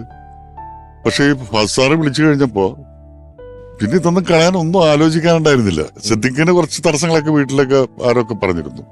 പക്ഷെ അവസാനം അവരും നിങ്ങൾ രണ്ടില് സിദ്ദിഖ് സാറല്ലേ ആദ്യം അഭിനയിച്ചത് സിനിമയില് നോക്കത്താ കണ്ണൻ നാട്ടില് ഒരു ഷോട്ട് ഒളിഞ്ഞു നിന്ന് ഒരു ഇരട്ട പേര് വിളിക്കുന്ന വേഷം അഭിനയിച്ചത്. അത് പിന്നെ എപ്പോഴെങ്കിലും അങ്ങനെ അഭിനയമുഖം ഉണ്ടായിരുന്നോ? ഇല്ല. എല്ലാവർക്കും ആഗ്രഹം സിനിമയെന്ന് സമ്മതിച്ചു. പക്ഷേ ഓൺ സ്റ്റേജ് നിൽക്കുന്നവന് ഓൺ സ്ക്രീനാണ് ആഗ്രഹം. ബിഹൈൻഡ് ദി സ്ക്രീൻ എന്ന് പറയുന്നത് അത്ര എളുപ്പമല്ല. പക്ഷെ സിദ്ദിഖിന് ഒട്ടും ആഗ്രഹം ഉണ്ടായിരുന്നില്ല. സിദ്ദിഖ് ശരിക്കും പെട്ടുപോയതാ, അഭിനയിച്ചത് ശരിക്കും പെട്ടുപോയതാ. അന്ന് ആ സീൻ എടുക്കുമ്പോ സതീശൻ എന്ന് പറഞ്ഞ ആലപ്പുഴയിലുള്ളൊരു പയ്യനായിരുന്നു അഭിനയിക്കാൻ വന്നത്. പിന്നീട് ഞങ്ങളുടെ റാംജി റാവുലുണ്ട് പുള്ളി, ഒരു സെക്കൻഡില് ഇൻട്രൻസ് ചെയ്ത വേഷം ഫസ്റ്റ് പാർട്ടിൽ ഒരു പൊന്നപ്പൻ ഉണ്ടായിരുന്നു, ഡ്രൈവർ. അത് ആ പുള്ളിയാണ്. അവനാണ് തുമ്മാൻ വേണ്ടിട്ട് വന്നത്. പക്ഷെ വന്നിട്ട് ചെയ്തിട്ട് ശരിയായില്ല. അപ്പൊ കാലത്ത് പോയി റോഡിൽ ഷൂട്ട് ചെയ്യണ സമയത്ത് പിന്നെ നിവൃത്തിയില്ലാണ്ട് വന്നപ്പോ ആരെങ്കിലും ചെയ്യണം എന്ന് പറഞ്ഞ അവസ്ഥ ഞാൻ അവിടെ ഉണ്ടായിരുന്നില്ല. അങ്ങനെ സിദ്ദിഖിന്റെ തലയിൽ വന്ന് സിദ്ദിഖ് പെട്ടുപോയതാ. സിദ്ദിഖ് അഭിനയിച്ചു. എനിക്ക് അങ്ങനെ ഒരു ആഗ്രഹം എനിക്ക് വല്ല സിദ്ദിഖിനും ഉണ്ടായിരുന്നില്ല. കാരണം ഞങ്ങളുടെ രൂപത്തിനെ പറ്റി നല്ല ധാരണ ഉണ്ടായിരുന്നു നമുക്ക്. ഇന്നത്തെ കാലം പോലെയല്ല. ഇന്നിപ്പോ രൂപത്തിനൊന്നും വലിയ പ്രത്യേകതയൊന്നും വേണ്ട. സുന്ദരനാകണം, വെളുത്തിരിക്കണം, തുറത്തിരിക്കണം എന്നൊന്നുമില്ല. അന്ന് സിനിമയിൽ അഭിനയിക്കുന്ന ഒരു മിനിമം ഒരു രൂപം വേണം. അതുപോലെ ഉണ്ടായിരുന്നു. അതായത് അത്യാവശ്യം നല്ല പൊക്കോ ഇൻസർട്ടും ഒക്കെ ചെയ്ത് വെളുത്തുരുത്തിനൊക്കെ പോകുന്നേണ്ട സിനിമാ നടനെ പോലെ ഒരാൾ. നമ്മള് കലാകാരനായോണ്ട് ഒരുത്തും സിനിമ കയറിയില്ലേന്ന് ചോദിക്കുന്ന പോലെ വെറുതെ രൂപമുള്ള ആൾക്കാരോട് നല്ല രൂപമുണ്ടല്ലോ സിനിമ ഇപ്പൊ കൂടെ ചോദിക്കുന്ന സമയം ഉണ്ടായിരുന്നു. ഇവര് നോക്കത്താ ദൂരത്തിന് പോകുന്ന സമയത്ത് അന്ന് ട്രൂപ്പിലുണ്ട്, ഹരിശ്രീയിലുണ്ട്. അപ്പൊ ഇവര് പോകാൻ പോകുന്നോക്കളാ എനിക്കറിയാം. കാരണം പോയി കഴിഞ്ഞാൽ പിന്നെ ഹരിശ്രീ ഇല്ല. സത്യം പറഞ്ഞ അന്നില്ല. കാരണം വെച്ചാല് മെയിൻ കളിക്കുന്ന ആൾക്കാരെ രണ്ടുപേര്. അപ്പൊ ഇവര് ഞാൻ ഹരിശ്രീയിലേക്ക് വന്നു. ആ സ്റ്റെപ്പ് ഉണ്ട്, അവിടെ ഒരു സ്റ്റെയർ ഉണ്ട്. ആ സ്റ്റെയറിലേക്ക് കയറി എന്നെ പുറത്ത് വിളിച്ചു. ഇവർ ഓഫീസ് ഇപ്പുറത്താണ്. ആ ഓഫീസിൽ ഇങ്ങനെ ഇറങ്ങിയിട്ട് അശോ എന്നെ വിളിച്ചു. ഇവൻ തിരിഞ്ഞു വന്നു. ഇവർ രണ്ടുപേരും കൂടി ആ സ്റ്റെപ്പ് ഇറങ്ങി കയറിയിട്ട് ഇങ്ങനെ കൈ തന്നു. ഞങ്ങള് ഫാസിന്റെ പടത്തിന് അസിസ്റ്റന്റ് ഡയറക്ടറായിട്ട് പോവുകയാണ്. വിത്തിൻ 5 years 5 കൊല്ലത്തിൽ ഞങ്ങളൊരു പടം ചെയ്യും. ഇല്ലെങ്കിൽ മെറ്റഡോർ ടെമ്പോല ആ സീറ്റ് അവിടെ ഉണ്ടാവണം എന്ന് പറഞ്ഞാ പോണത്. പക്ഷെ 5 കൊല്ലത്തിനുള്ളിൽ പടം ചെയ്തു, എല്ലാ ഹിറ്റും. തെരുവിൽ പെറുക്കി നടക്കുന്ന ആളുകളുടെ ഒരു കഥ എന്ന് പറഞ്ഞൊരു കാബുളിവാല എന്ന് പറയുന്ന ഒരു സിനിമയിൽ എങ്ങനെ എത്തിപ്പെടുന്നത് എന്താണ്? അല്ല, ഞങ്ങളെപ്പോഴും ചെയ്ത പടത്തിൽ നിന്നും നല്ല വ്യത്യസ്തമായിട്ടുള്ള ക്യാരക്ടേഴ്സ് ഉണ്ടാകണമെന്ന് ആഗ്രഹിക്കുന്നവർ. അതുകൊണ്ടാണ് റാംജി റാവുവിലുള്ള സ്വഭാവമുള്ള മത്തായിയുടെ സ്വഭാവമുള്ള ഒരു ക്യാരക്ടറല്ല ഹരി എന്ന 4 ചെറുപ്പക്കാർ. അല്ലെങ്കിൽ ഇന്നസെന്റ് ചേട്ടനൊക്കെ ആരെങ്കിലും വിടുമോ? റാംജി റാവു കഴിഞ്ഞിട്ട് അടുത്ത പടം എടുക്കുമ്പോൾ നമ്മൾ പറഞ്ഞ ഇന്നസെന്റ് ചേട്ടൻ ഡേറ്റ് അപ്പം തരും. നമുക്കും വർക്ക് ചെയ്യാൻ ഭയങ്കര കംഫർട്ടബിൾ ആണ്. എന്നിട്ട് നമ്മൾ ആ പടത്തിന് ഇന്നസെന്റ് ചേട്ടനെ വെച്ചില്ല. അതൊരു ചെറുപ്പക്കാരുടെ ഒരു സിനിമയാകണം. അങ്ങനെ മാറ്റങ്ങൾ വേണമെന്നും അതിന് വേണ്ടിയിട്ട് സമയം ചെലവഴിച്ചുകൊണ്ടിട്ടാണ് അങ്ങനെ വന്നപ്പോഴാണ് ഇങ്ങനെ ഒരു ഞങ്ങൾ ഒരിക്കലും ഈ കാബൂളിവാല എടുക്കുമ്പോൾ ഞങ്ങൾ പോലും ശ്രദ്ധിക്കാത്ത കാര്യം. ഞങ്ങൾക്ക് സ്റ്റഡി ചെയ്യേണ്ടതായിരുന്നു. അതൊക്കെ എഴുതി ഷൂട്ടിംഗ് തുടങ്ങുന്ന ദിവസം ഇവരുടെ ചാക്ക് കൊണ്ടുവന്നു ആർട്ട് ഡയറക്ടർ മണി സുചിത്ര. അവരെക്കാൾ നീളമുള്ള ഒരു വലിയ ചാക്ക്. ഞങ്ങൾ ചോദിച്ചത് എന്താണ്, ഇതാണോ? അല്ല, ഇങ്ങനെയാണ്. ശരിക്കും അങ്ങനെയാണ്. അത് ഞങ്ങൾ പോലും അതിനുശേഷമാണ് ശ്രദ്ധിക്കുന്നത്. ജനങ്ങൾ ശ്രദ്ധിച്ചിട്ടേ ഇല്ല ഇങ്ങനെ ആളുകൾ നമ്മുടെ ഇടയിൽ നിന്ന് നടക്കുന്നുണ്ടെന്ന്. അവരെക്കാൾ വലിയൊരു ചാക്കുമായിട്ട് നടക്കുന്നത്. അപ്പൊ ആ ഒരു പുതിയൊരു കഥാപാത്രങ്ങളായിരിക്കും, തെരുവിലുള്ള കഥാപാത്രങ്ങൾ എന്ന് പറയുന്ന രീതിയിൽ തുടങ്ങി. അതുകൊണ്ട് തന്നെയാണ് ആ സർക്കസ് എന്ന് പറയുന്നത്. കാരണം ഇവർക്ക് ഇടപഴകാൻ പറ്റുന്ന തെരുവിലുള്ള നാടോടികളായിട്ടുള്ള ആളുകൾ തന്നെ വേണം എന്ന് പറയുന്നതാണ് സർക്കസിനെ അവസരം കണ്ടെത്തുകയും അങ്ങനെ അങ്ങോട്ട് പോവുകയും ചെയ്തത്. ഞാൻ ഒരാളെ കൂടെ വിളിക്കാം, നമ്മൾ മാത്രം ഇരിക്കുന്നതിനകത്ത് അതിന് അദ്ദേഹം വന്ന കുറച്ചുകൂടെ രസമാവും. സിദ്ദിഖ് സാറിന്റെ ഒരുപാട് സിനിമകളിൽ മനോഹരങ്ങളായ പാട്ടുകൾ പാടിയിട്ടുള്ള ഒരാളാണ്. സിദ്ദിഖ് ലാൽ ഷോ എന്ന പേരില് ഇന്ത്യക്കകത്തോ വിദേശത്തോ ഒക്കെ നടന്നിട്ടുള്ള പല ഷോകളിലും ശക്തമായ സാന്നിധ്യമായി മാറിയിട്ടുള്ള ഒരാളാണ്. വളരെ മികച്ച ഗായകനാണ്. ഒരുപാട് സൂപ്പർ ഹിറ്റ് പാട്ടുകൾ നമുക്ക് സമ്മാനിച്ചിട്ടുള്ള ഗായകൻ അഫ്സൽ.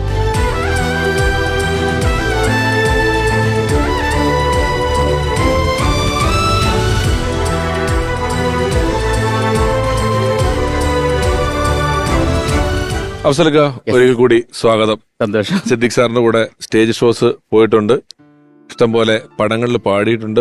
നിങ്ങൾ കണ്ടത് എപ്പോഴാണെന്ന് ഓർമ്മയുണ്ടോ ആദ്യമായിട്ട്?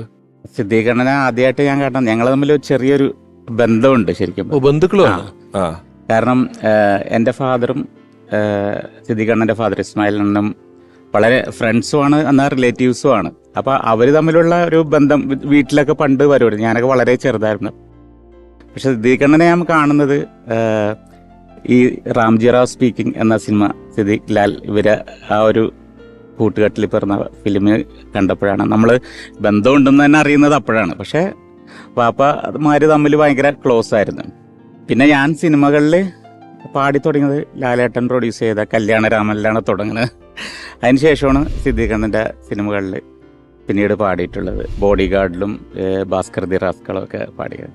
ഈ ബോഡി ഗാർഡ് പറയുമ്പോൾ ഇപ്പൊ ഒരു സിനിമയെ ആളുകൾ അതിന്റെ കലാമൂല്യം, അതിന്റെ കണ്ടന്റ് ഒക്കെ വെച്ച് അളക്കുന്നതിന് മുമ്പ് തന്നെ അതിന്റെ വാണിജ്യം വെച്ചിട്ട് പടം 50 കോടി, നിങ്ങൾക്ക് ഒരു 10 കോടി പടം ഉണ്ടോ, 15 കോടി പടം ഉണ്ടോ, അങ്ങനെ അതിലായല്ലോ. അപ്പൊ ഞാൻ സത്യത്തിൽ ഈ 100 കോടി ക്ലബ്ബ് എന്ന് പറയുന്ന കഥ ആദ്യം കേൾക്കുന്നത് ഈ ബോഡി ഗാർഡ് ഹിന്ദിയില്.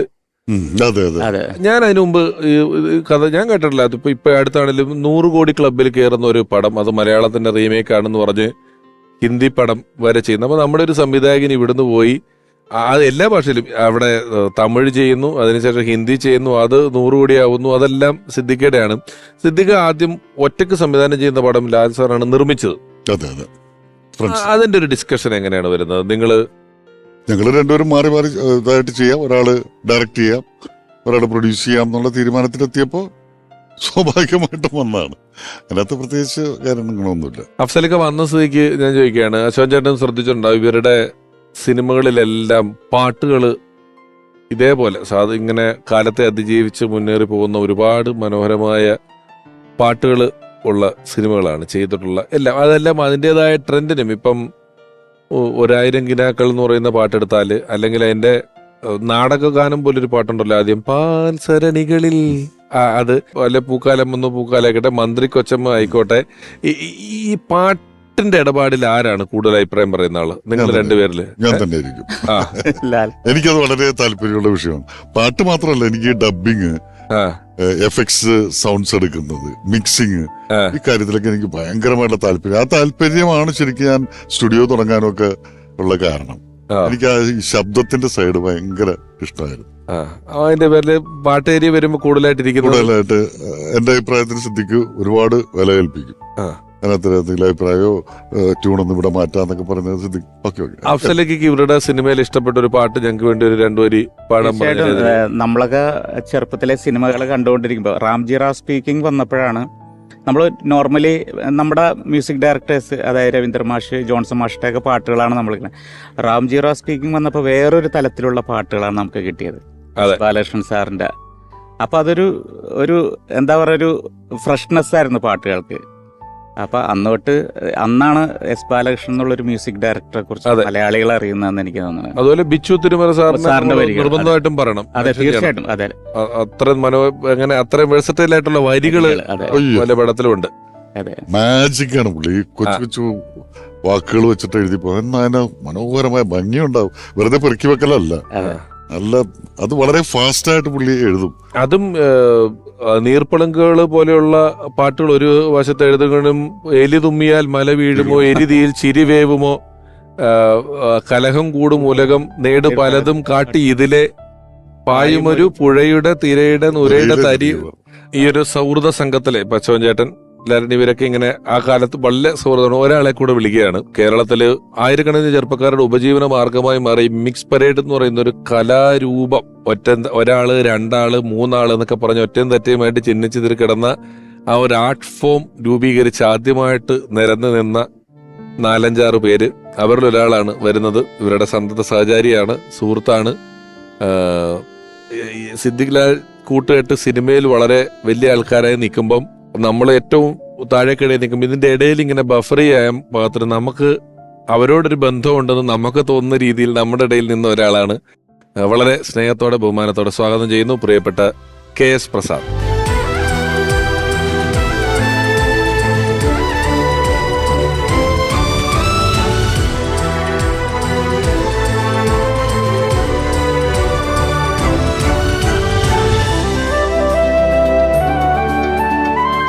പ്രസാദ്, ഒരിക്കൽ കൂടി സ്വാഗതം. Thank you.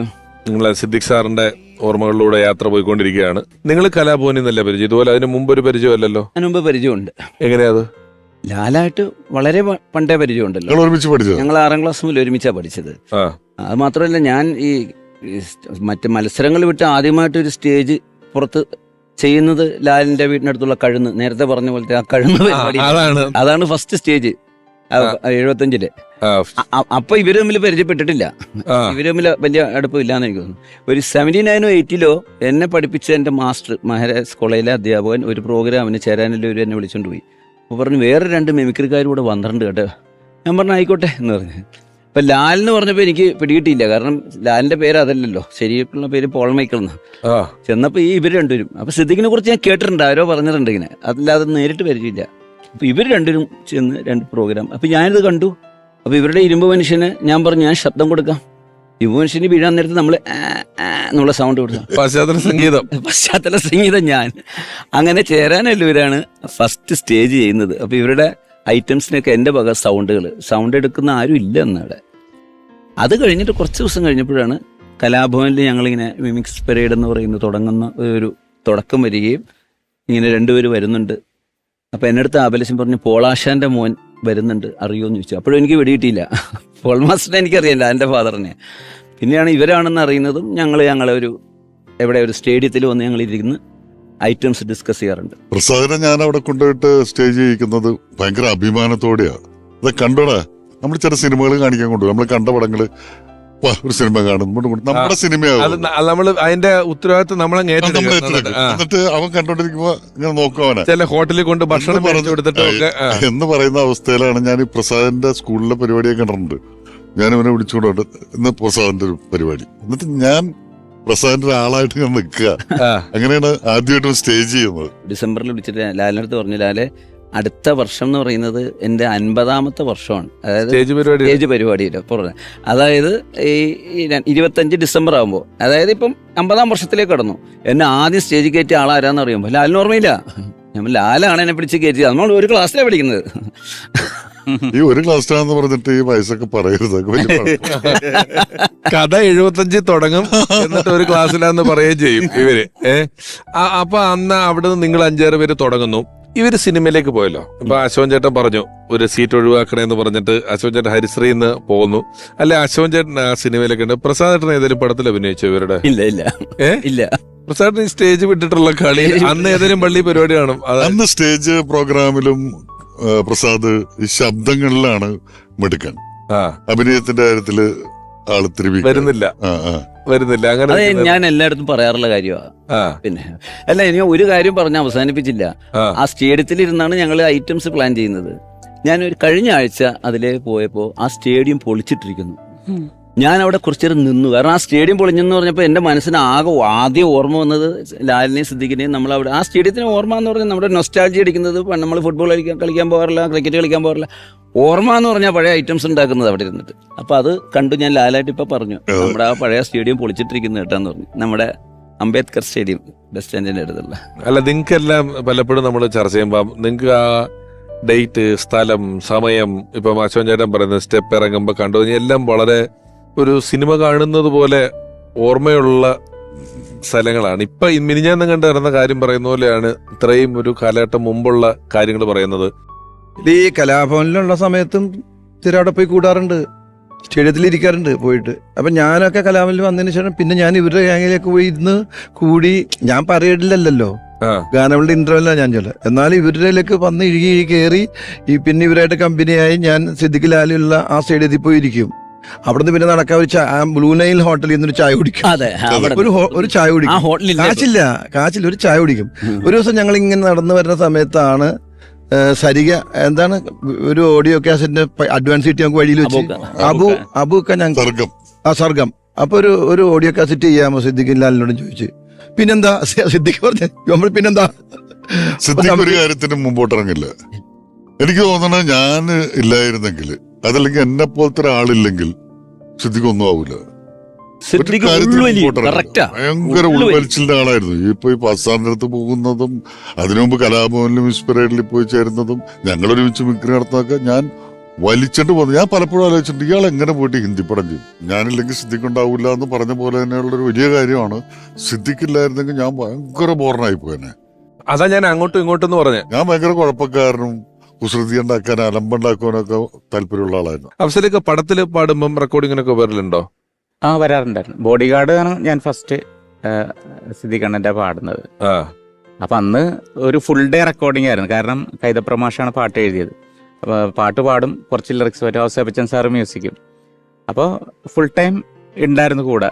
അപ്പോൾ കുറേ പാടിൻ്റെ സ്റ്റൈലൊക്കെ മൂപ്പര് ആ ഒരു ഐഡിയാസൊക്കെ കുറേയൊക്കെ പറഞ്ഞു തന്നിരുന്നു. പിന്നെ മ്യൂസിക് ഡയറക്ടേഴ്സ് അവരുടെ രീതിയിലുള്ള കാര്യങ്ങളും ഔസേപ്പച്ചൻ സാറും പറഞ്ഞിരുന്നു. അപ്പോൾ ഒരു നല്ലൊരു അനുഭവമായിരുന്നു. സിദ്ദിഖ് അണ്ണന്റെ ഫസ്റ്റ് ഫിലിം പാടുന്നത് ബോഡി ഗാർഡാണ്. എന്നോട് ഈ വിഷ്ണു ഉണ്ണികൃഷ്ണൻ, ടിനി ടോം ഒക്കെ കൂടെ പറഞ്ഞാണ് സിദ്ദിഖ് സാർ ബിഗ് ബ്രദർ എന്ന് പറയുന്ന സിനിമ ചെയ്തല്ലോ.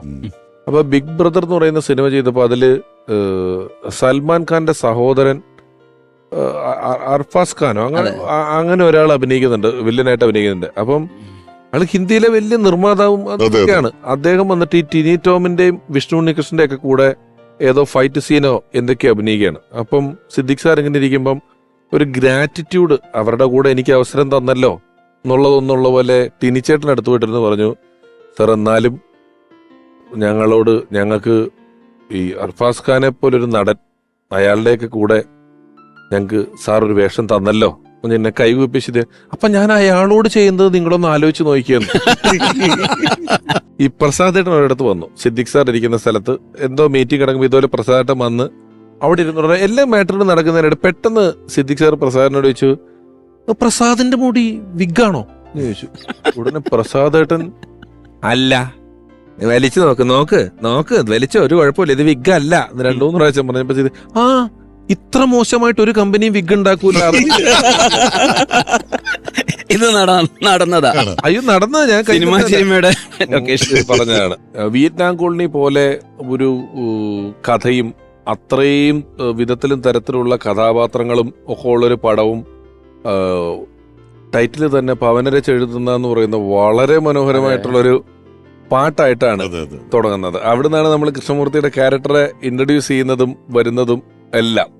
അതൊരു വലിയ കോമ്പിനേഷനാണ് നിങ്ങളുടെ പടങ്ങളിൽ അങ്ങനെ പാട്ടുകൾ വന്ന് കയറുന്നത്. ഇപ്പം സിനിമയുടെ കഥാഗതിയിൽ ഒരു പാട്ട് ഇന്നടുത്ത് വരണം എന്നുള്ളത് നമുക്ക് എഴുതുമ്പോൾ വേണമെങ്കിൽ നമ്മുടെ ഒരു ഇമോഷൻ വർദ്ധിപ്പിക്കാൻ വേണ്ടി വേണമെന്ന് ഫിക്സ് ചെയ്യാം, അല്ലാതെ ഫിക്സ് ചെയ്യാം.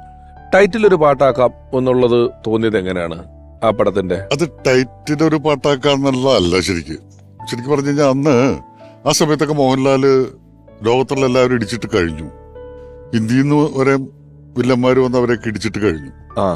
അപ്പൊ ഇനി വില്ലനെ വലുതാക്കല് നിവൃത്തിയില്ല. ചെയ്തു, 3 വില്ലന്മാരെ ഉണ്ടാക്കി, ഇരുമ്പ് സാങ്ക്, റാവുത്തര് എന്നൊക്കെ പറഞ്ഞിട്ടുണ്ടാക്കി. എന്നിട്ടും മോഹൻലാലിനൊരു ഇരയാവുന്നില്ല. പിന്നെ ചെയ്യാവുന്നത് ഈ എന്താണ് ചെറിയ വര വരച്ച് മറ്റേ വലുതാക്കാന്ന് പറയുന്നുണ്ട്. എന്ന് പറയുന്നത് ഈ കൃഷ്ണമൂർത്തിയെ ചെറുതാക്കുക എന്ന് പറയുന്നൊരു ആശയത്തിലേക്ക് വന്നു. അങ്ങനെയാണ് ഒരു സാധുവാക്കലാണ് ക്ലാസിക്കൽ പാട്ടൊക്കെ അഗ്രഹാരത്തില് പൂജയൊക്കെ ഇട്ട് നടക്കുന്ന, അങ്ങനെ ഇയാളെ ചെറുതാക്കാൻ വേണ്ടിയിട്ട് ഉണ്ടാക്കിയതാണ്. കാരണം ഈ അതിലെ പവനരച്ച് എഴുതുന്ന പറയുന്ന ഒരു പാട്ട് ആ പടത്തിൽ എങ്ങനെയാന്നുള്ളത് നമ്മൾ വെറുതെ സിനിമ ആലോചിക്കുമ്പോൾ ആലോചിച്ചിട്ടുണ്ട്. അത് ഇപ്പം ചെറിയവരായിരുന്നു എന്നുള്ളത് മനസ്സിലായി. അഫ്സലിക്ക, ഞാൻ അഫ്സലിക്ക ഈ ഈ പാട്ട് പാടി ഞാൻ കേട്ടിട്ടേ ഇല്ല. ശരിക്കും വിയറ്റ്നാം കോളനിയിലെ പാട്ടുകളൊക്കെ തന്നെ എല്ലാം ഡിഫറെന്റ് പാട്ടുകളാണ്. ഇതൊരു സെമി ക്ലാസിക്കൽ പാട്ട് പവൻ അരച്ച്, പിന്നെ ലല്ലലം ചൊല്ലുന്ന ചെല്ലക്കി, അതൊരു ലൈറ്റ് മ്യൂസിക്, പിന്നെ ഒരു ഫെസ്റ്റിവൽ താളമേളം പാട്ടും കൂത്തും, പിന്നെ അതില് പിന്നെ പാതിരവായി എല്ലാം മ്യൂസിക്കലി എല്ലാം ഡിഫറെന്റ് ജോണറിലുള്ള. പാതിരവായി നേരത്തിൽ ഒരു പട്ടി ഓടിക്കുന്നതൊക്കെ എങ്ങനെയല്ലേ ആ പട്ടിയുടെ ഓടിക്കുന്നത്? ലാലങ്ങോട്ട് ചെയ്തതാണ്. പട്ടി ഓടിച്ചു, പുള്ളി ഓടി. ഒരു വൈറ്റ് ഷോട്ടും ആയിരുന്നു. അപ്പൊ പുള്ളിക്ക് പോണ സ്ഥലം ഉണ്ടായിരുന്നു. പട്ടി പുറകെ വന്നപ്പോ പുള്ളി ഓടി. അത് നമ്മളെ പ്ലാൻ ചെയ്തെടുത്ത കിട്ടാത്ത ഗോഡ് ഫാദറിന്റെ റീ റെക്കോർഡിംഗ്, ജോൺ ഹോനായുടെ തീം എന്ന് പറയുന്നത്, അതെല്ലാം. അപ്പം ആമുഖത്തിൽ എവിടെ ഞാൻ പറഞ്ഞ പോലെ സിദ്ദിഖ് ലാൽ കൂട്ടുകെട്ടിൽ വന്നിട്ടുള്ള ഒരു സിനിമ, നമ്മൾ 100 കോടി ക്ലബിന്റെ കാര്യം പറഞ്ഞു, ഏറ്റവും കൂടുതൽ ഓടിയത് പറഞ്ഞു, തീം പറയുന്നു, ക്യാരക്ടർ പറയുന്നു. ഇതൊക്കെ പറയുമ്പോഴും ബോധപൂർവം പലപ്പോഴും സിനിമയുടെ അക്കാഡമിക് ചർച്ചകളിൽ സിദ്ദിഖ് ലാൽ ചിത്രങ്ങളെ വളരെ വിരളമായിട്ട് കാണാൻ പറ്റുന്നുള്ളൂ എന്നുള്ളത് എനിക്ക് വ്യക്തിപരമായിട്ട് തോന്നിയിട്ടുണ്ട്. അല്ലേ? അത്രയും പോപ്പുലർ ആയിട്ടുള്ള സിനിമകളാണ് ഈ 2 കൂട്ടുകെട്ടും കൂടെ നമുക്ക് തന്നിട്ടുള്ളത്. നമുക്ക് ഞാൻ ഇത്തരം ക്യാരക്ടറുകളെ പറഞ്ഞതുകൊണ്ട് മറ്റൊരു നടൻ, അദ്ദേഹത്തിന്റെ ഒരു ക്യാരക്ടർ, അദ്ദേഹം സിനിമകളിൽ പലതിലും അഭിനയിച്ചിട്ടുണ്ട്, പല സിനിമകളുടെ ഭാഗമായിട്ടുണ്ടെങ്കിലും ജീവിതത്തിൽ എടുത്തു പറയാവുന്ന ഒരു ക്യാരക്ടർ എന്ന് പറയുന്നത് ചെയ്തിട്ടുള്ളത് സിദ്ദിഖ് ലാൽ ചിത്രത്തിലാണ്. അപ്പഹാജ ചേട്ടന്റെ സ്റ്റേറ്റ്മെന്റ് കേൾക്കാം. ഡയറക്ടർ സിദ്ദിഖിനെ പറ്റി പറഞ്ഞാണെങ്കിൽ ആദ്യം തന്നെ പറയാനുള്ളത്, പുള്ളി എൻ്റെ ഒരു റിലേറ്റീവ് ആയിരുന്നു. പിന്നെ റിലേഷൻ ആണെങ്കിലും കൂടുതൽ ഞാൻ അടുക്കുന്നത് എന്നെന്നും കണ്ണേറ്റം എന്ന് പറഞ്ഞ ഫാസിൽ ഡയറക്ട് ചെയ്ത പടത്തിൽ അവർ അസിസ്റ്റന്റ് ഡയറക്ടേഴ്സ് ആയിരുന്നു. അപ്പം ഈ ഷൂട്ട് ഫുള്ള്, അപ്പോൾ ഇവർ മിമിക്രിന്ന് വന്നവരാണല്ലോ, അപ്പോൾ അതാദ്യം പറയണം. ഇവർ പുല്ലേപ്പടിയിലാണ് താമസിച്ചിരുന്നത്, സിദ്ദിഖ് ലാലും ഞാനും പുല്ലേപ്പടിയായിരുന്നു. അപ്പോൾ നമ്മുടെ ഹരിശ്രീ എന്നിട്ടൊരു ട്രൂപ്പ് ഉണ്ടായിരുന്നു. അവർ കലാഭവൻ കഴിഞ്ഞിട്ട് പിന്നെ ഹരിശ്രീ എന്ന് പറഞ്ഞൊരു ട്രൂപ്പ്, ഹരിച്ചേട്ടൻ എന്ന് പറയും, പുള്ളി മരിച്ചുപോയി. പുള്ളിയാണ് പപ്പൻ, പ്രിയപ്പെട്ട പപ്പൻ എന്നൊക്കെ ആ പടത്തിൻ്റെയൊക്കെ പ്രൊഡ്യൂസർ. അപ്പം ഞങ്ങൾ നെയ്ബേഴ്സ് ആയിരുന്നു ഹരിച്ചേട്ടൻ. അപ്പോൾ ഹരിച്ചേട്ടൻ്റെ അവിടെ നിന്നാണ് സൗണ്ടും കാര്യങ്ങളൊക്കെ ഇവർ കൊണ്ടുപോകുന്നത്. ഇവർ എവിടെ പ്രോഗ്രാമിന് പോകുമ്പോഴും ഇവിടെ വന്ന് സൗണ്ട് എടുക്കും. അവിടെ ഒരു സുരേഷ് എന്ന് പറഞ്ഞൊരു സ്റ്റാഫ് ഉണ്ടായിരുന്നു. അപ്പം ഞാനും ഇവരുടെ കൂടെ ബസ്സിൽ ഈ മിമിക്രി കാണിക്കാൻ, ഈ പ്രോഗ്രാമിനൊക്കെ സ്റ്റേജിലൊക്കെ ഇവർ പോകുമ്പം ഇവരുടെ കൂടെ പ്രോഗ്രാമിന് പോകുമായിരുന്നു. അത് കഴിഞ്ഞ് പിന്നെ കൂടുതൽ എടുക്കുന്നത് ഈ ഫാസിൽ സാറിൻ്റെ ഫാസിലിക്ക, പുള്ളിയും എൻ്റെ ഒരു റിലേറ്റീവാണ്. എന്നെന്നും കണ്ടിട്ടെന്ന് പറഞ്ഞ പടത്തിൽ നിലമ്പൂരിൽ വെച്ചിട്ട് കൂടുതൽ അടുക്കുന്നത്. ഈ അടുക്കാൻ കാരണം എന്ന് വെച്ചിട്ടുണ്ടെങ്കിൽ ഇവർ ഈ ഫുൾ ടൈം ഷൂട്ട് കഴിഞ്ഞ ഉടനെ കൂടിയിരുന്ന് തമാശ പറച്ചിലും, അത് കഴിഞ്ഞ് ഡബ്ബിങ് ട്രിവാൻഡ്രത്ത് വരുമ്പോഴും ഞങ്ങൾ ഒന്നിച്ച് താമസിച്ചിട്ടുണ്ട് ഒരു റൂമിൽ, തൊട്ടടുത്തടുത്ത റൂമിൽ. എന്നാലും കൂടുതലും അവരുടെ കൂടെ വന്ന് കമ്പൈൻ ചെയ്തിരിക്കും ഈ തമാശകൾ കേൾക്കാനും പിടിക്കാനൊക്കെ. അത് കഴിഞ്ഞിട്ടാണ് റാംജി റാവു കഴിഞ്ഞിട്ട് ഹരിഹർ നഗർ ഡയറക്റ്റ് ചെയ്യണത്. അപ്പോൾ അതിൽ ഞാനൊരു ചെറിയ വേഷം ചെയ്തു. അത് കഴിഞ്ഞ് തന്നെ സിദ്ദിഖ് അണ്ണൻ എന്നാണ് ഞങ്ങൾ വിളിക്കാറ്, സിദ്ദിഖ് അണ്ണൻ്റെ ബോഡി ഗാർഡ് ചെയ്തു.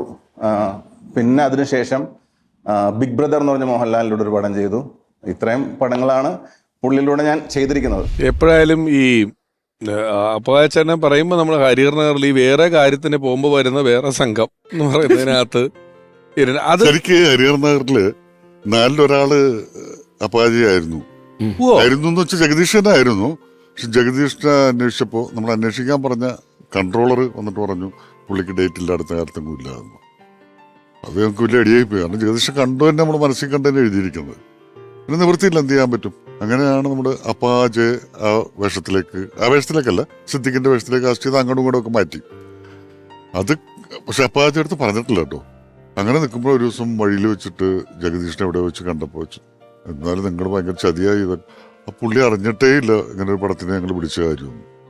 ഞാൻ ഫ്രീ, നിങ്ങളുടെ പടത്തിന് അഭിനയിക്കാൻ വേണ്ടി ഞാൻ കൊതിച്ചിരിക്കുകയല്ലേ. അപ്പൊ പിന്നെ തിരിച്ചോടെ വന്ന് അങ്ങനെ അപ്പകാജ മറ്റേ വേഷത്തിലേക്ക് പോയതാണ്, നമ്മുടെ കാറ്റ് കുതിക്കുന്ന വേഷം. പക്ഷെ ഈ അപ്പകാജ ക്യാരക്ടറുകളില്ലേ, ഈ സിദ്ദിഖ് സാറിന്റെ എഴുത്തിലാണോ നിങ്ങളുടെ എഴുത്തിൽ? കാരണം ഇപ്പം മാന്നാർ മത്തായില് ജനാർദ്ദനൻ ചേട്ടന്റെ സംഘത്തിന്റെ ഒരു സംഘമുണ്ട്. ഇവർക്ക് ഈ കഥയിലൊരു ബന്ധമില്ല, മെയിൻ സ്ഥലങ്ങളിൽ ഉടക്ക് വെക്കാനായിട്ട് ഇവർ കൃത്യമായിട്ട് വരും. ഈ അപ്പകാജൻ ടീം ഇതേപോലെ ഒരു സ്റ്റേഡിയത്തിലെ ഫൈറ്റിൽ ഇവർ ഓടി അവിടെ കയറുമ്പോൾ ബൈക്കൊക്കെ നിർത്തിയിട്ട് ഓൾറെഡി അടിക്കാൻ പാത്തിന് റെഡിയായിട്ട് ഈ സംഘം ഇരിക്കുന്നുണ്ട്. ഹരിഹർ നഗർ 2 എനിക്കതാണ് പെട്ടെന്ന് ശരി വന്നത്. ഹരിഹർ നഗർ 2 ഒരു പോലീസ് ഓഫീസറായിട്ട് അപ്പാജയുണ്ട്. അപ്പൊ അപ്പാജെ കൊണ്ടുവന്ന ക്യാപ്പ് കുറച്ച് ലൂസായിരുന്നു, അതായത് കുനിഞ്ഞ താഴെ വീഴും. അതിങ്ങനെ തല വെച്ച് കഴിഞ്ഞിങ്ങനെ ആടും തലാനൊക്കെ. പക്ഷെ ആ സമയം നിവൃത്തിയില്ല, അത് എടുക്കാൻ വേണം. അപ്പൊ അന്ന് സിദ്ദിഖ് ലൊക്കേഷനിൽ വന്നിട്ടുണ്ടായിരുന്നു. അപ്പൊ ജീപ്പിൽ നിന്ന് ഇറങ്ങി അപ്പാച്ച നടന്നു വരുമ്പോ സിദ്ദിഖ് ചോദിച്ചു, അപ്പാച്ച തൊപ്പി വെച്ച് വരികയാണോ തൊപ്പി ചുമന്നുകൊണ്ട് വരികയാണോ? എനിക്ക് ഇപ്പോഴും ആ വിഷ്വലുണ്ട്. കാരണം ഇയാൾ നടക്കുമ്പോ തൊപ്പി കുണുങ്ങുന്നുണ്ട്. ഈ നമ്മൾ പാട്ടിനെ പറ്റിയായിരുന്നു നിങ്ങളുടെ വേറൊരു പ്രത്യേകത കൂടെ, ഈ ഹിന്ദി ബോഡി ഗാർഡ് വന്നതിന് ശേഷം ഡിസ്കസ് ചെയ്ത നിങ്ങൾ മിക്ക സിനിമകളിലും പരീക്ഷിച്ച ഒരു ടെക്നിക്കാണ് വലിയ ഒരു സെന്റിമെന്റ്സ് സീനിന്റെ വാലയിൽ ഒരു പാട്ട് വയ്ക്കുക എന്ന് പറയുന്നത്.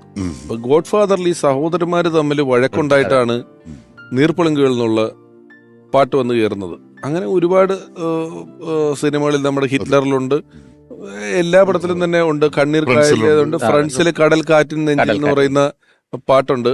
അത് ഈ സിനിമയ്ക്ക് കഥ പറയുമ്പോൾ ഒരു ഗ്രാഫ് എന്ന് പറയുന്ന സംഭവം ഉണ്ടല്ലോ, ആളുകളുടെ ഒരു താല്പര്യത്തിന്റെ ഗ്രാഫ്. അതിങ്ങനെ കഥ തുടങ്ങി ആളുകൾ ഇങ്ങനെ അടുത്ത എന്താണെന്ന് അറിയാനുള്ള ഒരു ക്യൂരിയോസിറ്റി ഇങ്ങനെ അത് ബിൽഡ് ചെയ്യുമ്പോൾ അനുസരിച്ചിട്ട് ഈ പടം ഇങ്ങനെ കയറിക്കൊണ്ടിരിക്കും. പക്ഷെ ഇത് അങ്ങനെ അങ്ങോട്ട് കയറ്റി വിട്ട് കഴിഞ്ഞാൽ ഇത് പോയി ഉത്തരത്തെ തലയിടിച്ച് ചത്തുപോകും. കാരണം അതിന്റെ മേലെ നമുക്ക് കയറ്റാൻ പറ്റില്ല.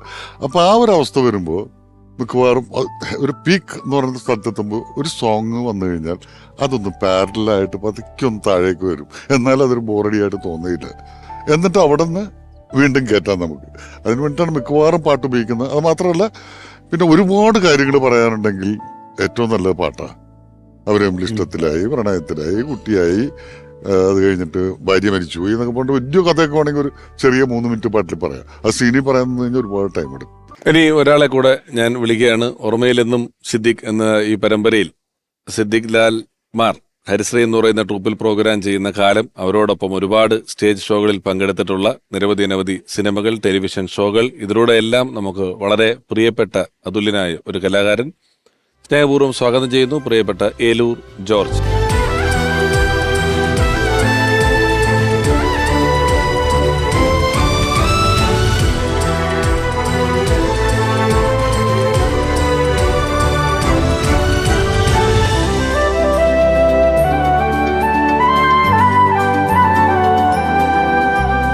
ജോർജ് ചേട്ടാ, ഒരിക്കൽ കൂടി സ്വാഗതം.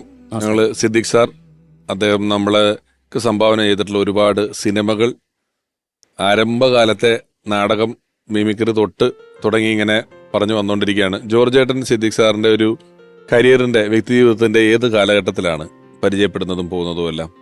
ഞാൻ 87 തുടങ്ങിയുണ്ട് ഹരിശ്രീലുണ്ട്. അപ്പൊ സിദ്ദിഖ് സാർ അതിലെ ആർട്ടിസ്റ്റാണ്? ആർട്ടിസ്റ്റാണ്. NF വർഗീസ്, ഹരിശ്രീ അശോകൻ, സിദ്ദിഖ് ലാല്, കോട്ടയം ജോസഫ്, അല്ലേ? ആ ടീം, ഇത്രയും പേരുണ്ട്. ഗോകുൽമാൻ. ഇത്രയും പേരുള്ള സമയത്ത് ട്രൂപ്പിലുണ്ട്. അത് കഴിഞ്ഞിട്ടാണ് ഇവര് സിനിമയിലോട്ട് പോകുന്നതും. അതെ. നിങ്ങളെല്ലാം കൂടെ ആ ട്രൂപ്പ് തുടർന്ന് കൊണ്ടുപോകുന്നതും അല്ല? അതെ. അല്ല, ആ കാലഘട്ടത്തിൽ ഒന്നിച്ച് ഒരു യാത്രയൊക്കെ ഭയങ്കര ഒരു പിക്നിക്ക് അല്ലേ? പിക്നിക്കിന്റെ ഒരു സുഖമായിരുന്നു. ഭയങ്കര കൗണ്ടറുകളും യാത്രയിൽ ഭയങ്കര കൗണ്ടറുകളാണ്. അങ്ങനെ കൗണ്ടറുകൾ എങ്ങനെ ജനിക്കണമെന്നുള്ളത് ഞാൻ അന്നാണ് ആദ്യമായിട്ട് കാണുന്നത്.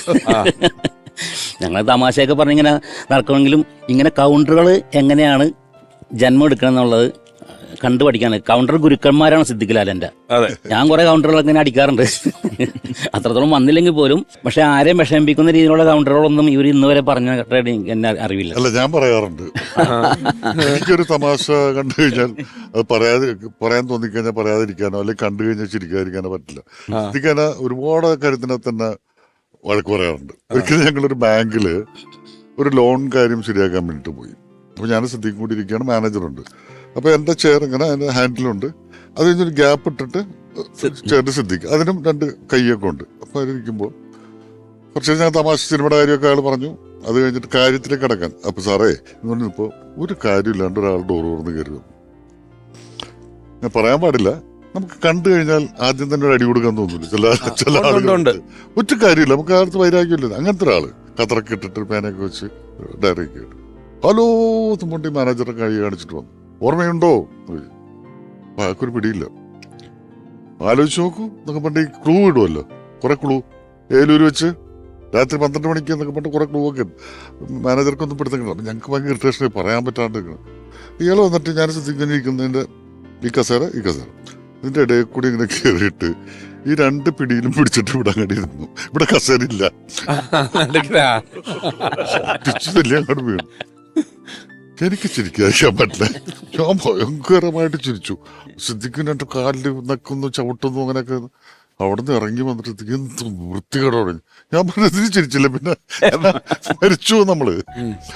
ആ ഒരു കുഴപ്പമുണ്ട്. ഒരു കൗണ്ടർ ഉണ്ടായ ഒരു അനുഭവം ഞാൻ പറയാം. ഞങ്ങളിങ്ങനെ പ്രോഗ്രാമിന് പോകണം, സമയം തെറ്റിയാണ് ഇവിടെ നിന്ന് പോണത്.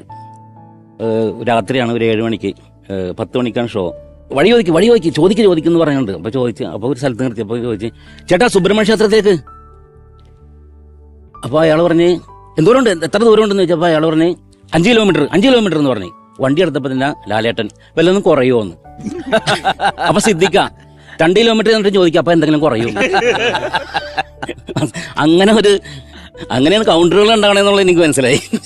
അശോകൻ ചേട്ടന്റെ കാര്യം വരുമ്പോഴേ നമ്മള് ഇപ്പം മാന്നാർ മത്തായി ഉണ്ട്, ഗോഡ് ഫാദർ ഉണ്ട്, പിന്നെ ക്രോണിക് ബാച്ചിലർ അല്ലേ ഇതിനിടയിൽ. പിന്നെ ക്രോണിക് ബാച്ചിലറാണ് ഒരു വലിയ വിഷയം. സിനിമയും തിരക്കുകളും ഒരുപാടുണ്ട്. ഏതെങ്കിലും കാര്യത്ത് ആ വിഷയം ഡിസ്കസ് ചെയ്തിട്ടുണ്ടോ? എങ്ങനെ അത് ഹരിശേഷൻ ചേട്ടന്റെ സമയം ഇല്ലാണ്ട് പോകുന്നതാണോ, ക്യാരക്ടർ ഇല്ലാണ്ട് പോകുന്നതാണോ? അല്ല, അങ്ങനെ ക്യാരക്ടർ വന്നിട്ടില്ല. അതായത് ഇവർ പണ്ടേ പറയുന്നൊരു കാര്യമുണ്ട്, ഞാൻ വേഷം ചോദിക്കില്ല ഇവരോട്. കാരണം വെച്ചാൽ എന്നെ ഫോറീസാണ് എനിക്ക് വേണ്ടി ചോദിക്കുന്നത്.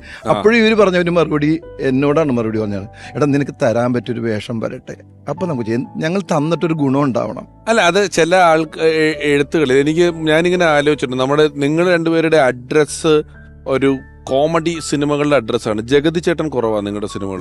ഇല്ല. തിരിച്ചൊന്ന് ആലോചിച്ച്, ജഗതി ശ്രീകുമാർ എന്ന് പറയുന്ന ഒരു നടന് കോമഡി സിനിമകളുടെ കഥ പറയുമ്പോൾ എല്ലാരും പറയുന്നുണ്ട് കുറവാണ്. ഫ്രണ്ട്സിലോ മറ്റാണ്, കാബൂളിവാല കഴിഞ്ഞിട്ട് ഫ്രണ്ട്സിലാണ് അദ്ദേഹം വരുന്നത്. ജോർജ് ചേട്ടനോ?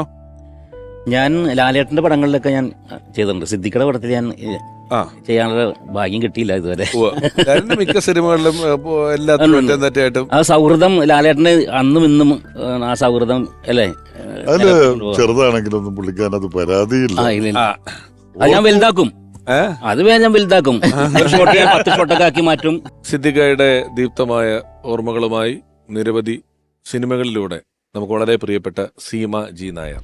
എന്നും എന്നോണം ഓർമ്മയിൽ വരുന്ന ഒരു വ്യക്തിത്വമാണ് സിദ്ദിഖേട്ടൻ്റെത്. ഞാൻ ആദ്യമായിട്ട് ക്രോണിക് ബാച്ചിലറാണ് ചെയ്യുന്നത്. അതിനു മുമ്പ് കാബൂളിവാലയ്ക്ക് വേണ്ടി എന്നെ വിളിച്ചതാണ്. പക്ഷേ അതേതോ കള്ള ഫോണാണ്, കള്ളത്തരത്തിൽ ആരോ വിളിക്കുന്നതാണെന്ന് പറഞ്ഞിട്ട് നിഷ്കരണം കാബൂളിവാല എന്ന് പറഞ്ഞ സിനിമയെ വേണ്ടാന്ന് വെച്ചവളാണ് ഞാൻ. അതിനുശേഷം ക്രോണിക് ബാച്ചിലറിന് ചെല്ലുമ്പോഴാണ് ഈ കഥ കംപ്ലീറ്റ് ഞാൻ അറിയുന്നത്. അതിനുശേഷം ബോഡി ഗാർഡ്, ഫുക്രി, അങ്ങനെ കുറച്ച് പടങ്ങൾ ചെയ്തു. അപ്പം സിദ്ദിഖേട്ടന് അദ്ദേഹം ചെയ്യുന്ന പടത്തിൽ ഒരു വേഷം എനിക്ക് ചെയ്യാൻ പറ്റുന്നതുണ്ടായിരുന്നെങ്കിൽ ഉറപ്പായിട്ടും സിദ്ദിഖേട്ടൻ എന്നെ വിളിച്ചിട്ടുണ്ട്. ഹോസ്പിറ്റലിലാണെന്ന് അറിഞ്ഞപ്പോഴും മരിച്ചു എന്നറിഞ്ഞപ്പോഴും അതൊരിക്കലും ഒരു തീർത്താൽ തീരാത്ത വേർപാട് തന്നെയായിരുന്നു. കാരണം എനിക്ക് ഏറ്റവും പ്രിയപ്പെട്ട 2 പേര് വിട്ടുപോയത് അടുത്തടുത്ത ദിവസങ്ങളിലായിരുന്നു. ഒന്ന് ശരണ്യയും ഒന്ന് സിദ്ദിഖേട്ടനും. 2 പേരും അടുത്തടുത്ത ദിവസങ്ങളിലാണ് മരിച്ചത്. എൻ്റെ ജീവിതത്തിൽ ഏറ്റവും അധികം എനിക്ക് കടപ്പാടും ബഹുമാനവും സ്നേഹവുമുള്ള ഒരു വ്യക്തിയാണ് സിദ്ദിഖേട്ടൻ. എനിക്ക് പറയാനുള്ളത്, ഞങ്ങളെ ഒരു 84 പിരിഞ്ഞ ശേഷം ഒരു 15 വർഷം യാതൊരു ബന്ധവുമില്ല. പിന്നെ സിദ്ദിഖായിട്ടുള്ളൊരു സൗഹൃദം വരുന്നത് 2003-4 കഴിഞ്ഞ് ഈ എന്ന് പറയുന്ന സംഘടന വരികയും സിദ്ദിഖ് ലാലും 41 മിമിക്രിക്കാരും എന്ന് പറഞ്ഞൊരു ടെലിവിഷൻ ഷോ ഇവര് പിരിഞ്ഞ ശേഷം ഇവര് തമ്മിൽ ഒരുമിച്ച് ഷോ നടത്തുന്ന ഞാനാണ്. ആ ഷോ വരുന്നു. ഇവർ രണ്ടുപേരെയും എങ്ങനെ വീണ്ടും ഒന്നിച്ചു എന്നൊക്കെ പലരും വന്നതിൻ്റെ അടുത്ത് ചോദിച്ചു. പിന്നെ ഇവർ രണ്ടുപേരെയും കൂടെ ഒരുമിച്ച് ചെയ്യാൻ പറ്റുമോ ഒരു സിനിമ, ഒന്ന് പ്രസാദ് ഒന്ന് ഇടപെടുമോ എന്നൊക്കെ പറഞ്ഞ് എൻ്റെ അടുത്ത് പലരൊക്കെ വന്നിട്ടുണ്ട്. ഞാൻ പറഞ്ഞു ഞാൻ അതിലൊന്നും ഇടപെടാറില്ല എന്ന് പറഞ്ഞു. പിന്നെ നമ്മൾ സിനിമ എന്ന് പറഞ്ഞാൽ പ്രോഗ്രാം ചെയ്യുന്ന സമയത്താണ് ഡെയിലി ഒരു സിനിമ ചെയ്യുന്ന പോലെ ഡെയിലി രാവിലെ ഉച്ചയ്ക്കും വൈകുന്നേരം 4 തവണ വിളിക്കുന്നതും ഈ 120 എപ്പിസോഡിൻ്റെ എല്ലാ ആർട്ടിസ്റ്റുകളായിട്ടുള്ള ചാറ്റിങ്ങിൻ്റെ എല്ലാം എഴുതുന്നതും ആയിട്ട് പിന്നൊരു 4-5 വർഷം കണ്ടിന്യൂസ് ഫോൺ കോളായിരുന്നു. ഈ മുമ്പുള്ളൊരു ബന്ധം ഇല്ലെങ്കിൽ പോലും അതിനുശേഷം പിന്നെ ഈ എക്സിക്യൂട്ടീവ് മീറ്റിംഗ് ഒക്കെ വരുന്ന സമയത്തൊക്കെ പുള്ളിയാണ് തീരുമാനിക്കുന്നത് ആരൊക്കെ എക്സിക്യൂട്ടീവ് മെമ്പേഴ്സ് വേണം. പുള്ളിക്ക് അറിയാം ഓരോ വ്യക്തിയുടെ A to Z പുള്ളിക്ക് അറിയാം മിമിക്രിക്കാരുടെ. ലാസ്റ്റ് നമ്മുടെ ജനറൽ ബോഡിയുടെ ഒരാഴ്ച മുമ്പ് എന്നെ വിളിച്ച് പറഞ്ഞു, എടാ ജനറൽ ബോഡി 27-ാം തീയതി 3-ാം തീയതി അല്ലേ? ഞാൻ പറഞ്ഞു ഞാൻ ഉണ്ടോ കൂടാ എന്ന് പറഞ്ഞു. അത് കഴിഞ്ഞിട്ട് 26-ാം തീയതി എന്നെ വിളിച്ച് പറഞ്ഞു, എടാ എനിക്കൊരു ചെറിയ പനിയുണ്ട്, പനി കൂടുകയാണെങ്കിൽ ഞാൻ വരില്ല, എനിക്കൊന്ന് ഹോസ്പിറ്റലൈസ് ചെയ്യണമെന്ന് പറഞ്ഞു. ഞാൻ പറഞ്ഞു രാവിലെ ഒന്ന് വന്ന് തല കാണിച്ചിട്ട് പോയിക്കോ. ഞാൻ വന്നേക്കാന്ന് പറഞ്ഞു. ജനറൽ ബോഡി ദിവസം രാവിലെ 8 മണിക്ക് എന്നെ വിളിച്ച് പറഞ്ഞു, പിഷാരയുടെ അടുത്തും ഷാജോന്റെ അടുത്തൊക്കെ ഒന്ന് പറഞ്ഞേക്കണം, എനിക്ക് സുഖമില്ല, ഞാൻ ഹോസ്പിറ്റലിലോട്ട് പോകണമെന്ന് പറഞ്ഞു. അന്നും പുള്ളി പോയി. അങ്ങനെ നമ്മുടെ ജനറൽ ബോഡിയിൽ പുള്ളി വന്നില്ല. 2 ദിവസം കഴിഞ്ഞ് ഞാൻ വിളിച്ചപ്പോൾ പറഞ്ഞു, എടാ ഞാൻ തിരിച്ചു വന്നു, പെരുന്നാളായതുകൊണ്ട് വന്ന് പിള്ളേരുടെ കൂടെ ഇരിക്കാനെന്ന് പറഞ്ഞു. അങ്ങനെ ഞാൻ നാളെ പോയി ഹോസ്പിറ്റലൈസ് ചെയ്യും, ഒരിത്തിരി പ്രശ്നമുണ്ട്, എനിക്ക് അതൊന്ന് ക്ലിയർ ചെയ്താൽ മതി എന്ന് പറഞ്ഞു. ഇവരൊക്കെ സിനിമയിലേക്കൊക്കെ ബിസിയായി പോയി. അപ്പം ഞാൻ ഹരിസിൽ നിന്ന് പോന്നു. ആ സമയത്തായിരുന്നു എൻ്റെ വിവാഹം, 2000-ലായിരുന്നു, 2000-ൽ. ആ സമയത്ത് ഒത്തിരി പേരെ നമ്മൾ ക്ഷണിച്ചിട്ടുണ്ടല്ലോ. അപ്പോൾ റിസപ്ഷൻ നടക്കുന്ന സമയത്ത് ഒത്തിരി പേര് ക്യൂ നിൽപ്പുണ്ട്. ലാലേട്ടൻ ഉണ്ടായിരുന്നു, അശോകൻ വന്നു, ദിലീപ്, അങ്ങനെ ഒത്തിരി പേര് വന്നുകൊണ്ടിരിക്കുന്ന കൂട്ടത്തിൽ ഒരു പോസ്റ്റ്മാൻ്റെ ഡ്രസ്സില്ലേ അവിടെ ആ ക്യൂവിൽ നിൽപ്പുണ്ട്. അപ്പോൾ ഞാൻ പോസ്റ്റ്മാനെ വിളിച്ചിട്ടുമില്ല. അപ്പോൾ എനിക്ക് ഭയങ്കര ഡൗട്ട്, എന്താണ് അങ്ങനെ ഇയാൾ വന്നെന്ന് പറഞ്ഞിട്ട് ഇയാൾ വന്നിട്ട് ഒരു ടെലഗ്രാം എൻ്റെ നേരെ നീട്ടി, സൈൻ ചെയ്യിച്ച്. ടെലഗ്രാം ഞാൻ പൊട്ടിച്ച് നോക്കിയപ്പോൾ wish you happy marriage life George സിദ്ദിഖെന്ന്. സിദ്ദിഖ മദ്രാസിലായിരുന്നു. അത് അന്ന് അത്രയും നേരം കിട്ടിയേക്കണ ഗിഫ്റ്റുകളിൽ വെച്ച് ഏറ്റവും വിലമതിക്കാനാവാത്തൊരു ഗിഫ്റ്റാണ് ശരിക്കും പറഞ്ഞാൽ. അത് ഒത്തിരി നാളെ ഞാനത് സൂക്ഷിച്ചു വെച്ചിട്ടുണ്ടായിരുന്നു. പോയതൊക്കെ മണ്ടന്മാര്. അല്ല ലാലേട്ടാ, ആളിവിടെ ഇല്ലെങ്കിലും ചെന്നൈയിൽ നിന്ന് അങ്ങനെയല്ല ലാലേട്ടാ. ഒരു ടെലഗ്രാം അടിക്കേണ്ട കാര്യമുള്ള എനിക്ക്, ഒരു ടെലഗ്രാം അടിക്കേണ്ട കാര്യം. അതാണ് അടുത്ത കല്യാണം നോക്കാം. അല്ല, ഞാൻ പറഞ്ഞത് ശരിയല്ലേ?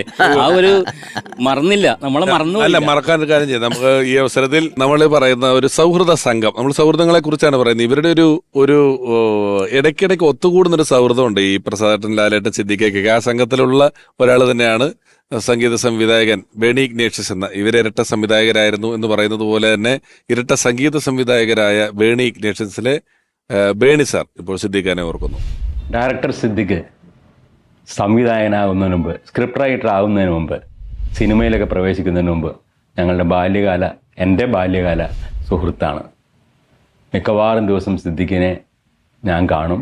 ഞങ്ങൾ ഞായറാഴ്ച ഒരുമിച്ച് കൂടി ഒന്നെങ്കിൽ അദ്ദേഹത്തിൻ്റെ വീട്ടിലായിരിക്കും, അല്ലെങ്കിൽ ലാലിൻ്റെ ഫാദർ പോളിയേട്ടൻ്റെ വീട്ടിലായിരിക്കും. കുറേ നേരം ഇരുന്ന് തമാശയൊക്കെ പറഞ്ഞിട്ടേ പിരിയാറുള്ളൂ. എല്ലാ ദിവസവും എന്ന് പറഞ്ഞ ഓക്കെ ഒരു അരമണിക്കൂർ, ഒരു 1/2 കിലോമീറ്ററെങ്കിലും ഞങ്ങൾ ഒരുമിച്ച് നടന്നിട്ടാണ് ഞാൻ എൻ്റെ പ്രീ ഡിഗ്രിക്ക് പഠിക്കുന്ന സെൻറ്റ് ആൽബർട്ട്സ് കോളേജിൽ പോകും. അദ്ദേഹം ജോലി ചെയ്യുന്ന മുസ്ലിം സ്കൂളിലേക്ക് അദ്ദേഹം പോകും. ഒരു ദിവസം അദ്ദേഹം വളരെ മ്ലാനവതനായിരുന്നു. ഞാൻ ചോദിച്ചു, എന്ത് പറ്റി സിദ്ദിഖേ? ഒരു മൂഡിലല്ലോ, സാധാരണ പറയുന്ന തമാശയൊന്നും പറയുന്നില്ല. പറഞ്ഞു, ബേണി, ഞാൻ ഇന്നലത്തെ കൊണ്ട് എൻ്റെ കലാജീവിതം മതിയാക്കണം എന്ന് കരുതിയാണ് ഇപ്പോൾ ഇരിക്കുന്നത്. ഇനി ഒരിക്കലും ഞാൻ ഈ ഫീൽഡിലേക്ക് തിരിച്ചു വരില്ല. അതെന്ത് പറ്റി അങ്ങനെ ചിന്തിക്കാൻ എന്ന് പറഞ്ഞു. അവ പറഞ്ഞ്, എനിക്ക് വളരെ വിഷമകരമായ ചില സംഭവങ്ങൾ ഇന്നലെ നടന്നു. പലരും എന്നെ ഇൻസൾട്ട് ചെയ്ത് സംസാരിക്കുന്ന പോലെ സംസാരിച്ചു. എനിക്ക് ഈ പണി പറ്റില്ല, എനിക്ക് എൻ്റെ ഈ മുസ്ലിം സ്കൂളിലെ ജോലി മതി, ഞാൻ അങ്ങനെ ജീവിച്ചോളാം എന്ന് പറഞ്ഞു. അപ്പോൾ എൻ്റെ ജ്യേഷ്ഠനൊക്കെ പറയുന്നത്, എൻ്റെ പലരും പറയുന്നതായിട്ടുള്ള ചില പോസിറ്റീവ് തോട്ട്സ് എല്ലാം എൻ്റെ മനസ്സിൽ പെട്ടെന്ന് വന്നു. ആയിരിക്കാം, ഞാനല്ല അത് പറഞ്ഞത്, എന്നെക്കൊണ്ട് ദൈവം പറയിപ്പിച്ചാണ്. ആ പറഞ്ഞതിൽ നിന്നും അദ്ദേഹത്തിൻ്റെ മനസ്സ് മാറി. പിന്നെ അദ്ദേഹം പൂർവാധികം ശക്തിയോടെ ഈ ഫീൽഡിലേക്ക് തിരിച്ചു വരണം, പല കാര്യങ്ങളും ചെയ്യണം എന്നുള്ളൊരു ശക്തമായ തീരുമാനത്തോടെയാണ് അദ്ദേഹം പിന്നീടുള്ള ദിവസങ്ങൾ കഴിച്ചു കൂട്ടിയത്. ഇത് ഞാൻ അറിയുന്നത് മനോരമ സൺഡേ സപ്ലിമെൻറ്റിൽ അദ്ദേഹം എന്നെപ്പറ്റി ഒരു പാരഗ്രാഫ് എഴുതിയിരിക്കുന്നു, സിദ്ദിഖ് ലാലിൻ്റെ ഒരു മുഴുനീള പേജിൽ. ഞാൻ ഉടനെ വിളിച്ചു, എന്താണ് എന്നെപ്പറ്റി എഴുതാൻ കാര്യം എന്ന് ചോദിച്ചു. അപ്പോഴാണ് പറഞ്ഞു, ബേണി, ഞാൻ എഴുതുന്നത് എൻ്റെ ഹൃദയത്തിൽ നിന്നാണ്, സത്യമാണ് പറയുന്നത് എന്ന് വെച്ചിട്ടുണ്ടെങ്കിൽ അന്നത്തെ നിങ്ങളുടെ വാക്കുകളാണ് എൻ്റെ ഹൃദയത്തെ മാറ്റിമറിച്ചത്. എനിക്ക് ഇതിൻ്റെ അകത്ത് മുന്നേറണം, ഒരുപാട് കാര്യങ്ങൾ ചെയ്യണമെന്നൊക്കെ തോന്നിയത്. അങ്ങനെയാണ് ഞാനിപ്പോൾ ഇവിടം വരെ എത്തിയ ഒരു ഡയറക്ടറായിട്ട് നിൽക്കുന്നത് എന്ന് പറഞ്ഞു. അത് ഞാൻ വെറുതെ പറയുന്നതല്ല എന്ന് പറഞ്ഞു. ഇത് പറഞ്ഞ് എനിക്ക് വിശ്വസിക്കാൻ പറ്റിയില്ല. പക്ഷേ അദ്ദേഹം എപ്പോഴൊക്കെ ഒരു അവസരം കിട്ടും, മരിക്കുന്ന ഒരു 5-6 മാസം മുമ്പ് ഞങ്ങൾ ഒരുമിച്ചൊരു അമൃത TV ഇൻ്റർവ്യൂ ഉണ്ടായിരുന്നു. അവിടെയും അദ്ദേഹം പറഞ്ഞു, സത്യത്തിൽ അദ്ദേഹത്തിൻ്റെ മനസ്സിൻ്റെ വലിപ്പമാണ് അദ്ദേഹത്തിനെ കൊണ്ട് പറയിപ്പിച്ചത്. അതേപോലെ പല സ്ഥലത്തും ഞങ്ങൾ ഒരുമിച്ച് വേദിയിൽ സംസാരിക്കുമ്പോഴും അല്ലാത്ത സമയത്തൊക്കെ അദ്ദേഹത്തിൻ്റെ എളിമയും അദ്ദേഹത്തിൻ്റെ മനസ്സിൻ്റെ വലിപ്പവും എനിക്ക് പ്രകടമായിട്ടുണ്ട്. അപ്പോൾ സത്യം പറഞ്ഞാൽ അദ്ദേഹം ഒരു ഡയറക്ടറോ സ്ക്രിപ്റ്റ് റൈറ്ററോ മാത്രമല്ല, ഒരു മഹാനായ വ്യക്തി കൂടിയാണ്. അതുകൊണ്ടാണ് അദ്ദേഹത്തെ പറ്റി ഒരു വാക്കുപോലും മോശം പറയാൻ ഒരാൾക്കും സാധിക്കില്ല. അദ്ദേഹത്തിൻ്റെ കലാപ്രതിഭയെ പറ്റിയോ അദ്ദേഹത്തിൻ്റെ ഡയറക്ടർ എങ്ങനെയാണെന്നൊന്നും നമ്മൾ പറയേണ്ട കാര്യമൊന്നുമില്ല, അതെല്ലാവർക്കും അറിയാവുന്നതാണ്. അപ്പം അദ്ദേഹത്തിനും സത്യത്തിൽ കലാകാരന്മാർക്ക് മരണമില്ല എന്ന് പറഞ്ഞാൽ അദ്ദേഹത്തിന് മരണമില്ല. ഒരു സംഗീത സംവിധായകൻ വന്ന സ്ഥിതിക്ക് അഫ്സലിക്കയുടെ ഒരു പാട്ടും കൂടെ, അത് നമ്മളിപ്പോൾ പാടിയതെല്ലാം ദാസേട്ടൻ പാടിയ പാട്ടുകളും MG അണ്ണൻ പാടിയ പാട്ടൊക്കെയാണ്. അഫ്സലിക്ക തന്നെ സിദ്ദിഖയുടെ പടത്തിൽ പാടിയിട്ടുള്ള ഒരു പാട്ടിന്റെ 4 വരി കേൾക്കാം. ഇപ്പം സിദ്ദീഖ് ലാൽ സിനിമകൾ നമ്മളൊക്കെ ഗാനമേളകൾക്ക് പാടിക്കൊണ്ട് കിടക്കുന്ന സമയത്താണ് നിങ്ങളുടെ സിനിമകളിലെ പാട്ടുകൾ. അപ്പോൾ ഞാൻ നേരത്തെ പറഞ്ഞില്ല, ബാലകൃഷ്ണൻ സാറിൻ്റെ ഒരു ഡിഫറെൻറ്റ് മ്യൂസിക് വന്നപ്പോൾ നമ്മളൊക്കെ നല്ല നല്ല പാട്ടുകൾ എന്നുള്ള. പക്ഷെ അങ്ങനെ ഒരിക്കലും വിചാരിച്ചിട്ടില്ല ഇവരുടെയൊക്കെ സിനിമകളിൽ പാടാൻ സാധിക്കുമെന്നൊന്നും വിചാരിച്ചില്ല. പക്ഷേ വലിയൊരു ഭാഗ്യമാണ്. പക്ഷേ ഇവർ രണ്ടുപേരും സെപ്പറേറ്റ് ആയപ്പോഴാണ് ലാലേട്ടൻ്റെ സിനിമയിൽ കല്യാണരാമനിൽ ബേണി ഇഗ്നീഷ്യസ് മ്യൂസിക്കിൽ എനിക്ക് ഒരു തുടക്കം കിട്ടിയത്.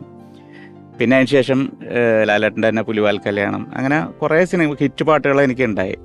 പിന്നെ അതിന് ശേഷമാണ് സിദ്ദീഖ എന്നെ ബോഡി ഗാർഡിലും പിന്നെ അതേപോലെ ഭാസ്കൃതി റാസ്കളും.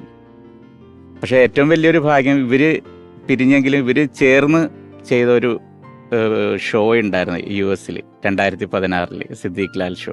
അതിൽ എനിക്ക് ഇവരെല്ലാവരും ഉണ്ടായിരുന്നു. ഞാനുണ്ടായി, എല്ലാവരും ഉണ്ടായി. ജോർജ് ചേട്ടൻ ഉണ്ടായിരുന്നില്ലേ? ഇല്ല ഇല്ല ഇല്ല, ലാൽ സാറ്, അശോകൻ ചേട്ടൻ, എല്ലാവരും ഉണ്ടായിരുന്നു. അത് നല്ല പരിപാടിയായിരുന്നു. ഒരു ശരിക്കും ഷോ അല്ല, അതൊരു വലിയൊരു കുടുംബയാത്ര എന്ന് തന്നെ പറയാല്ലേ ലാലേട്ട. എല്ലാവരും ഒരുമിച്ച്. അപ്പം അത് ലൈഫിൽ കിട്ടിയ ഏറ്റവും വലിയൊരു ഭാഗ്യമാണ്. അപ്പം എന്തായാലും ഇവരുടെ സിനിമകൾ കണ്ട് വളർന്ന് ഇവരുടെ കൂടെ വർക്ക് ചെയ്യാൻ പറ്റിയതൊക്കെ വലിയൊരു ഭാഗ്യമായിട്ട് തന്നെ കരുതുകയാണ്. കാബുളിവാല, ഇതുപോലെ കാബുളിവാലയിൽ എന്നെ പാടാൻ വിളിച്ചു. അശോകൻ ചേട്ടനെ പാടാൻ വിളിച്ചു. എന്നെ അഭിനയിക്കണേ മുമ്പ് നമുക്കൊന്ന് പാടി തുടങ്ങാന്ന് പറഞ്ഞില്ല, ലാലാണ് എന്നെ വിളിക്കണം. ഞാനാ വിളിച്ചത്. കാരണം അവൻ ഈ ഹൃദയവാഹിനിയൊക്കെ പാടുന്ന ഞാൻ കേട്ടിട്ടുണ്ട്. അപ്പൊ ഇതിനകത്ത് ഒരു പാട്ടുണ്ടല്ലോ, ഒരു ഹൈപ്പിച്ചു മണ്ണും. അപ്പൊ അത് പാടാനായിട്ട് അശോകന്റെ ഡിഫറൻറ്റ് ശബ്ദമായിരിക്കും എന്ന് കരുതിയിട്ടാണ് അശോകനെ കൊണ്ടുപോയത്. എന്നിട്ട് എന്ത് പറ്റി സംഭവിച്ചത്? പാവം മരിച്ചില്ല. കാരണം അറിയാമോ, SP സാറൊക്കെ ഇരിക്കാണ് അല്ല, മ്യൂസിക് ഡയറക്ടർ. ഞാൻ ചെല്ലുമ്പോ SP വെങ്കടേഷ് നിലത്തിങ്ങനെ ഇരിക്കുന്ന മുറിയില് ഒരു ഗിറ്റാറിസ്റ്റ്, ഹാർമോണി, ഡോലി, ഇവൻ കട്ടിലേലിരിക്കുന്ന സിദ്ദിഖ് ഇരിക്കുന്നു. എന്നോട് ഇരിക്കാൻ പറഞ്ഞു. എൻ്റെ ഉള്ള ഇടിക്കാൻ തുടങ്ങി. അദ്ദേഹത്തിന് മുമ്പിൽ എന്നോട് പാടാൻ. ഞാൻ എനിക്ക് പറ്റൂല, പറ എന്നും പറഞ്ഞ് എന്നെ കൊണ്ട് പാടിച്ച് ഇദ്ദേഹം ആ മൂളി തന്നു. പിറന്നൊരു മണ്ണും തന്നെ അത് തുടങ്ങണ തന്നെ 5.5 കട്ടക്കാറ്റ്. അവിടെ തുടങ്ങിയിട്ട് മണ്ണും അതൊക്കെ നിലാവും പകലും അവിടെ എന്നിട്ട് എന്തിനോ ആ വഴി പോയി ഞാൻ. തുടക്കമൊക്കെ നന്നായിട്ട് തന്നെ പാടി കേട്ടോ. പുള്ളിക്കും ഭയങ്കര ഹാപ്പിയായിരുന്നു. ഇപ്പൊ എന്തിനോ ആ നോ വന്നോടി പുള്ളിയും പറഞ്ഞു. എന്നിട്ട് അവിടെ നിന്ന് നമ്മൾ രണ്ടുപേരും ശ്രമിച്ചു. ഒന്ന് ഡക്ലസ് എന്ന് പറഞ്ഞ പാട്ടുകാരനെ പച്ചാളത്തുള്ള അവനെ നോക്കി. പിന്നെ വേറൊരു പാട്ട്, പിന്നെ ആരാ പാടിയതല്ലേ, മലേഷ്യവാസ്. ഈ പാട്ടിന്റെ ഈ നോ പറഞ്ഞ പാട്ടിനെ പറ്റി പറയുമ്പം നമ്മൾ പറഞ്ഞ പല പാട്ടുകളും നോ പറയാതെ യെസ് പറഞ്ഞ് പാടിത്തന്ന അഫ്സലിക്കയുടെ സാന്നിധ്യത്തിന് ഈ ഒരു അവസരത്തില് ഓർമ്മയിലെത്തും എന്ന് പറയുന്ന ഈ പരിപാടിയുടെ ഭാഗത്തു നിന്നും ഹൃദയപൂർവ്വമായ നന്ദി അറിയിക്കുന്നു. അഫ്സലിക്ക, വളരെ നന്ദി. നമ്മള് പലതവണ ഈ എപ്പിസോഡിൽ ആവർത്തിക്കപ്പെട്ട ഒരു വാക്കെന്ന് പറയുന്നത് സൗഹൃദം എന്ന് പറയുന്നതാണ്. നിങ്ങളുടെ തിരക്കഥകളിലും നമുക്കത് വ്യക്തമായിട്ട് എല്ലാ പടത്തിലും ഒരു വളരെ രൂഢമൂലമായിട്ടുള്ളൊരു സൗഹൃദത്തിന്റെ കഥകൾ പലപ്പോഴും പറയുന്നു. എന്നാൽ നമ്മൾ സഹോദരനെ പോലെ, സഹോദരനാണ്, സുഹൃത്താണെന്നൊക്കെ പറയുന്ന ഈ ഒരു ഘട്ടത്തിൽ ഇനി വരുന്ന ഒരാൾ സിദ്ദിഖ് ലാൽ കൂട്ടുകെട്ടിലെ സിദ്ദിഖ് എന്ന് പറയുന്ന നമ്മുടെ വളരെ പ്രിയപ്പെട്ട അതുല്യനായ കഥാകൃത്ത്, സംവിധായകൻ, അദ്ദേഹത്തിന്റെ സഹോദരനാണ്. വളരെ സ്നേഹത്തോടെ ഓർമ്മയിലെന്നും സിദ്ദിഖ് എന്ന ഈ പരമ്പരയിലേക്ക് സ്വാഗതം ചെയ്യുന്നു പ്രിയപ്പെട്ട സാലിക.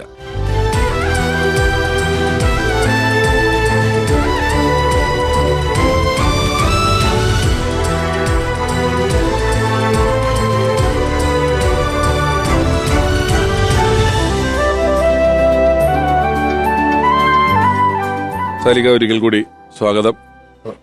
നേരത്തെ ഞങ്ങളുടെ സംസാരത്തിനിടയിൽ പ്രസാദൻ പറഞ്ഞു, പ്രസാദൻ ആ വീട്ടിലെ ഇളയതാണ്, സിദ്ദിഖ വീട്ടിലെ മൂത്ത ആളാണ് എന്ന് പറഞ്ഞു. നിങ്ങൾ എത്ര വ്യത്യാസമുണ്ട്? ഞങ്ങൾ തമ്മിൽ ഏതാണ്ട് ഒരു 14 വയസ്സ് 15 വയസ്സ് വ്യത്യാസം. 14 വയസ്സ് വ്യത്യാസമുണ്ട്. കാരണം ഞാൻ 8ാമത്തെയാണ്. ഞാൻ 8ാമത്തെ ആളാണ്. സിദ്ദിഖ 8 മക്കളാണ് അല്ലേ? ഞങ്ങൾ 8 മക്കളാണ്. ഏറ്റവും മൂത്തത് ഇത്തയാണ്, ഒരു ചേച്ചി ഇത്തയുണ്ട്. പിന്നെ അത് കഴിഞ്ഞിട്ടാണ് സിദ്ദീഖ. അങ്ങനെ 8ാമത്തെ ആളാണ് ഞാൻ. അപ്പൊ ഒരു പക്ഷേ സാലിക്കൊക്കെ സാലിക്ക് നല്ല ഓർമ്മകൾ വരുമ്പോ തന്നെ സിദ്ദിഖ ഞാൻ സിദ്ദിഖയുടെ നാടകം കണ്ടിട്ടുണ്ട്. മറ്റേ ഈ പറഞ്ഞ രമണന്റെ മരണം എന്ന് അഭിനയിച്ച ഒരു സ്ക്രിപ്റ്റ് അത് കണ്ട എനിക്ക് ഓർമ്മയുണ്ട് സ്കൂളിൽ വെച്ചിട്ട്. വളരെ ചെറുപ്പത്തിലാണ്. അതില് ഒരു കോൺസ്റ്റബിൾ ആയിട്ടാണ് അണ്ണൻ, കോൺസ്റ്റബിൾ ആയിട്ടാണ്. ആ ഒരു നാടകം കണ്ട ഒരു ഓർമ്മയുണ്ട്. പിന്നെ ഞാൻ അധികം കണ്ടിരിക്കുന്നത് ഇവരുടെ പ്രോഗ്രാമാണ് കലാഭവനിലെ മിംസ് പരേഡ്. ചേട്ടൻ എന്നുള്ള നിലയില് ചേട്ടൻ വലിയ ഇപ്പം സിനിമയില് ആളാകുന്നു, വലിയ രീതിയിലാകുന്നു, ഒരു സ്ട്രിക്റ്റ് ചേട്ടനായിരുന്നു നിങ്ങൾ? ഇല്ല സ്ട്രിക്റ്റ് ഒരിക്കലും ഇല്ല. എല്ലാവരുമായിട്ട് വളരെ ഫ്രീ ആയിട്ട് ചെയ്യുന്ന ഇതാണ്. കാരണം ചെറിയ കുട്ടികൾ മുതൽ എല്ലാവരും ഒരേമാതിരി അറിയാം, ലാലേട്ടനറിയാം. ആ ഒരു അതുപോലെ തമാശ ഭയങ്കരമായിട്ട് എൻജോയ് ചെയ്യുന്ന ഒരു ഫാമിലി ആയിരുന്നു. വാപ്പയാണെങ്കിലും അതുപോലെ തന്നെ ഷെരീഫിക്ക, അപ്പാക്കുട്ടി അണ്ണനൊക്കെ പണ്ട് ഇവരുടെ അങ്കിളുമാരൊക്കെ ഉണ്ട്. എല്ലാവരും നന്നായിട്ട് തമാശ പറയുന്ന നല്ല ആസ്വാദകരായിരുന്നു. നിങ്ങൾക്ക് സിദ്ദിഖയുടെ സിനിമ തിയേറ്ററിൽ പോയി ആദ്യത്തെ സിനിമ കണ്ടതൊക്കെ ഓർക്കുന്നുണ്ടോ? റാംജി റാവു. കാരണം എന്റെ വാപ്പ ഒരുപാട് വർഷത്തിന് ശേഷമാണ് റാംജി റാവു തിയേറ്ററിൽ കാണുന്നത്. പണ്ടത്തെ കണ്ടിട്ട് പിന്നെ ഒരുപാട് 89-ലല്ലേ സിനിമ. അതെ, ഒരുപാട് വർഷങ്ങൾക്ക് ശേഷം വാപ്പ കാണുന്നത് ഇതാണ്, റാംജി റാവു ആണ് തിയേറ്ററിൽ പോയി കാണുന്നത്. എല്ലാ സിനിമകളും ഇല്ല, പിന്നെ വാപ്പ അത് മാത്രമേ തിയേറ്ററിൽ പോയിട്ടുള്ളൂ. പിന്നെ വാപ്പ ഈ ഒരു സിനിമയാണ് തിയേറ്ററിൽ കണ്ടിട്ടുള്ളൂ. അല്ലെങ്കിൽ പിന്നെ ടി വിയിൽ വരുമ്പോഴാണ് എല്ലാം കാണുന്നത്. പുള്ളിക്ക് ഗൾഫിൽ നിന്ന് ഒരാൾ വന്നപ്പോ ഒരു ഷർട്ടിന്റെ പീസ് കൊണ്ടുവന്ന് കൊടുത്തു. അന്ന് ഒരു തീ പറഞ്ഞ സാധനം വൈറ്റ് കളറില് ഷർട്ട് കഴിക്കാൻ വേണ്ടി കൊടുത്തു. അപ്പൊ അവിടെ തോമസ് ചേട്ടൻ എന്ന് പറഞ്ഞ ആളുടെ തയ്ക്കടയുണ്ട്. അവിടെ കൊണ്ട് കൊടുത്തിട്ട് ഒരു കാര്യമില്ല, ഷർട്ടിന് അളവ് കൊടുത്തു കഴിഞ്ഞിട്ട് ഇറങ്ങാൻ നേരത്ത് തോമസേ ബാക്കിയുള്ള തുണിക്ക് 2 അണ്ടർവെയർ വെച്ചേക്കും എന്ന് പറഞ്ഞു. ഈ തിളങ്ങുന്ന തുണിക്ക് ചൈനീസ് സിൽക്ക് അല്ലേ? ചൈനീസ് സിൽക്കാണ്. ദുബായ് 2 ദിവസം കഴിഞ്ഞപ്പോ അയാള് ഇക്ക അണ്ടർവെയർ വെച്ചിട്ട് ഷർട്ടിന് തികയുള്ള അണ്ടർവെയർ ഇട്ട് നടക്കാൻ പറ്റില്ല, ചിരിച്ചിരിച്ചാവും. ആദ്യം തയ്ച്ചത് ഇതാണ്. ആദ്യം അയാൾ അണ്ടർവെയർ അങ്ങനെ തയ്ച്ചു. കല സിദ്ദിഖ സൗഹൃദങ്ങളിൽ മാത്രമേ ഉപയോഗിക്കുള്ളൂ. അതായത് വീട്ടില് കല ചർച്ചകൾ ഉണ്ടായിരുന്നു. ചില ആളുകൾ പറയും സിനിമയുടെ കഥ കാണിക്കും, അല്ലെങ്കിൽ ഈ പ്രിവ്യൂ കാണിക്കല്, അങ്ങനെയൊക്കെ എന്തെങ്കിലുമൊക്കെ നിങ്ങൾ? ഇല്ല, സിനിമയുടെ കഥ ആദ്യം ഫസ്റ്റ് ഇതാകുന്നത് ഞങ്ങൾ എല്ലാവരും കൂടി ഇരുന്നിട്ടാണ്. ഈദിൽ ഏതെങ്കിലും ഒരു ദിവസം എല്ലാവരും കൂടി ഇരുന്നിട്ട് ഞങ്ങളോടാണ് ആദ്യം പറയുന്നത്. ഞങ്ങളെല്ലാവരും, കാരണം ഞങ്ങൾ സിസ്റ്റേഴ്സ്, ബ്രദേഴ്സ്, അവരുടെ കുട്ടികൾ എല്ലാവരും. ഇല്ല, പ്രിവ്യൂ ഒന്നും അങ്ങനെ വരാം. ഈ കഥ ഫസ്റ്റ് ഉണ്ടാവുമ്പോ തന്നെ ഡിസ്കഷൻ ഞങ്ങളുടെ എല്ലാവരുമായിട്ട് ഇരുന്ന് അതിനെക്കുറിച്ച് ഓരോ അഭിപ്രായങ്ങൾ അങ്ങോട്ടും കൂടെ, അത് എല്ലാത്തിലും ഉള്ളതാണ്. ഒത്തിരി മെമ്പേഴ്സ് ഉണ്ടായിരുന്നല്ലോ. പിന്നെ ഞങ്ങള് കാരണം 8 സഹോദര അവരുടെ മക്കൾ എല്ലാവരും ഉണ്ടാവും. ഇപ്പൊ അവസാനം ഈദിന്റെ അന്നാണല്ലോ അണ്ണൻ സുഖമില്ലാതെ ഹോസ്പിറ്റലായത്. ആ സമയത്ത് കഥ പറയാൻ പുള്ളിക്ക് പറ്റില്ല, കാരണം സുഖമില്ലാതെ ഹോസ്പിറ്റലിൽ നിന്നാണ് ആള് എത്തിയത്. നമ്മൾ കലാകാരൻ എന്നുള്ള നിലയിൽ വലിയ സക്സസ്സുകൾ ഉണ്ടാകുന്നു, അതിന്റെ വലിയ സന്തോഷം. സിനിമയാണ് അതേപോലെ തന്നെയാണ്. മറ്റൊരു പടം വേണമെങ്കിൽ വലിയ ഫ്ലോപ്പ് ആവാം, നമുക്ക് അതിനനുസരിച്ച് തന്നെ ദുഃഖിക്കാം. അങ്ങനത്തെ ഒരു ഏറ്റക്കുറച്ചിലുകൾ ഇങ്ങനെ ഒരു വളരെ സോഫ്റ്റ് ഹാർട്ടഡ് ആയിട്ടുള്ള ഒരാൾക്ക് ചിലപ്പോൾ വേണം കൂടുതലായിട്ട് ബാധിക്കാവുന്നതാണ്. അങ്ങനെ ബാധിച്ച് വീട്ടിൽ വരുന്നോ കണ്ടിട്ടോ? ഒരിക്കലും വീട്ടിലേക്ക് വരില്ല, പുറത്തു തീരും. ലാൽ സാറിന് അങ്ങനെ തോന്നിയിട്ടുണ്ടോ? നിങ്ങളുടെ എല്ലാം സക്സസ് ആയതുകൊണ്ട് ആ സമയം ഞങ്ങള് ഒരുമിച്ചുള്ളതൊക്കെ സക്സസ് ആയിരുന്നു.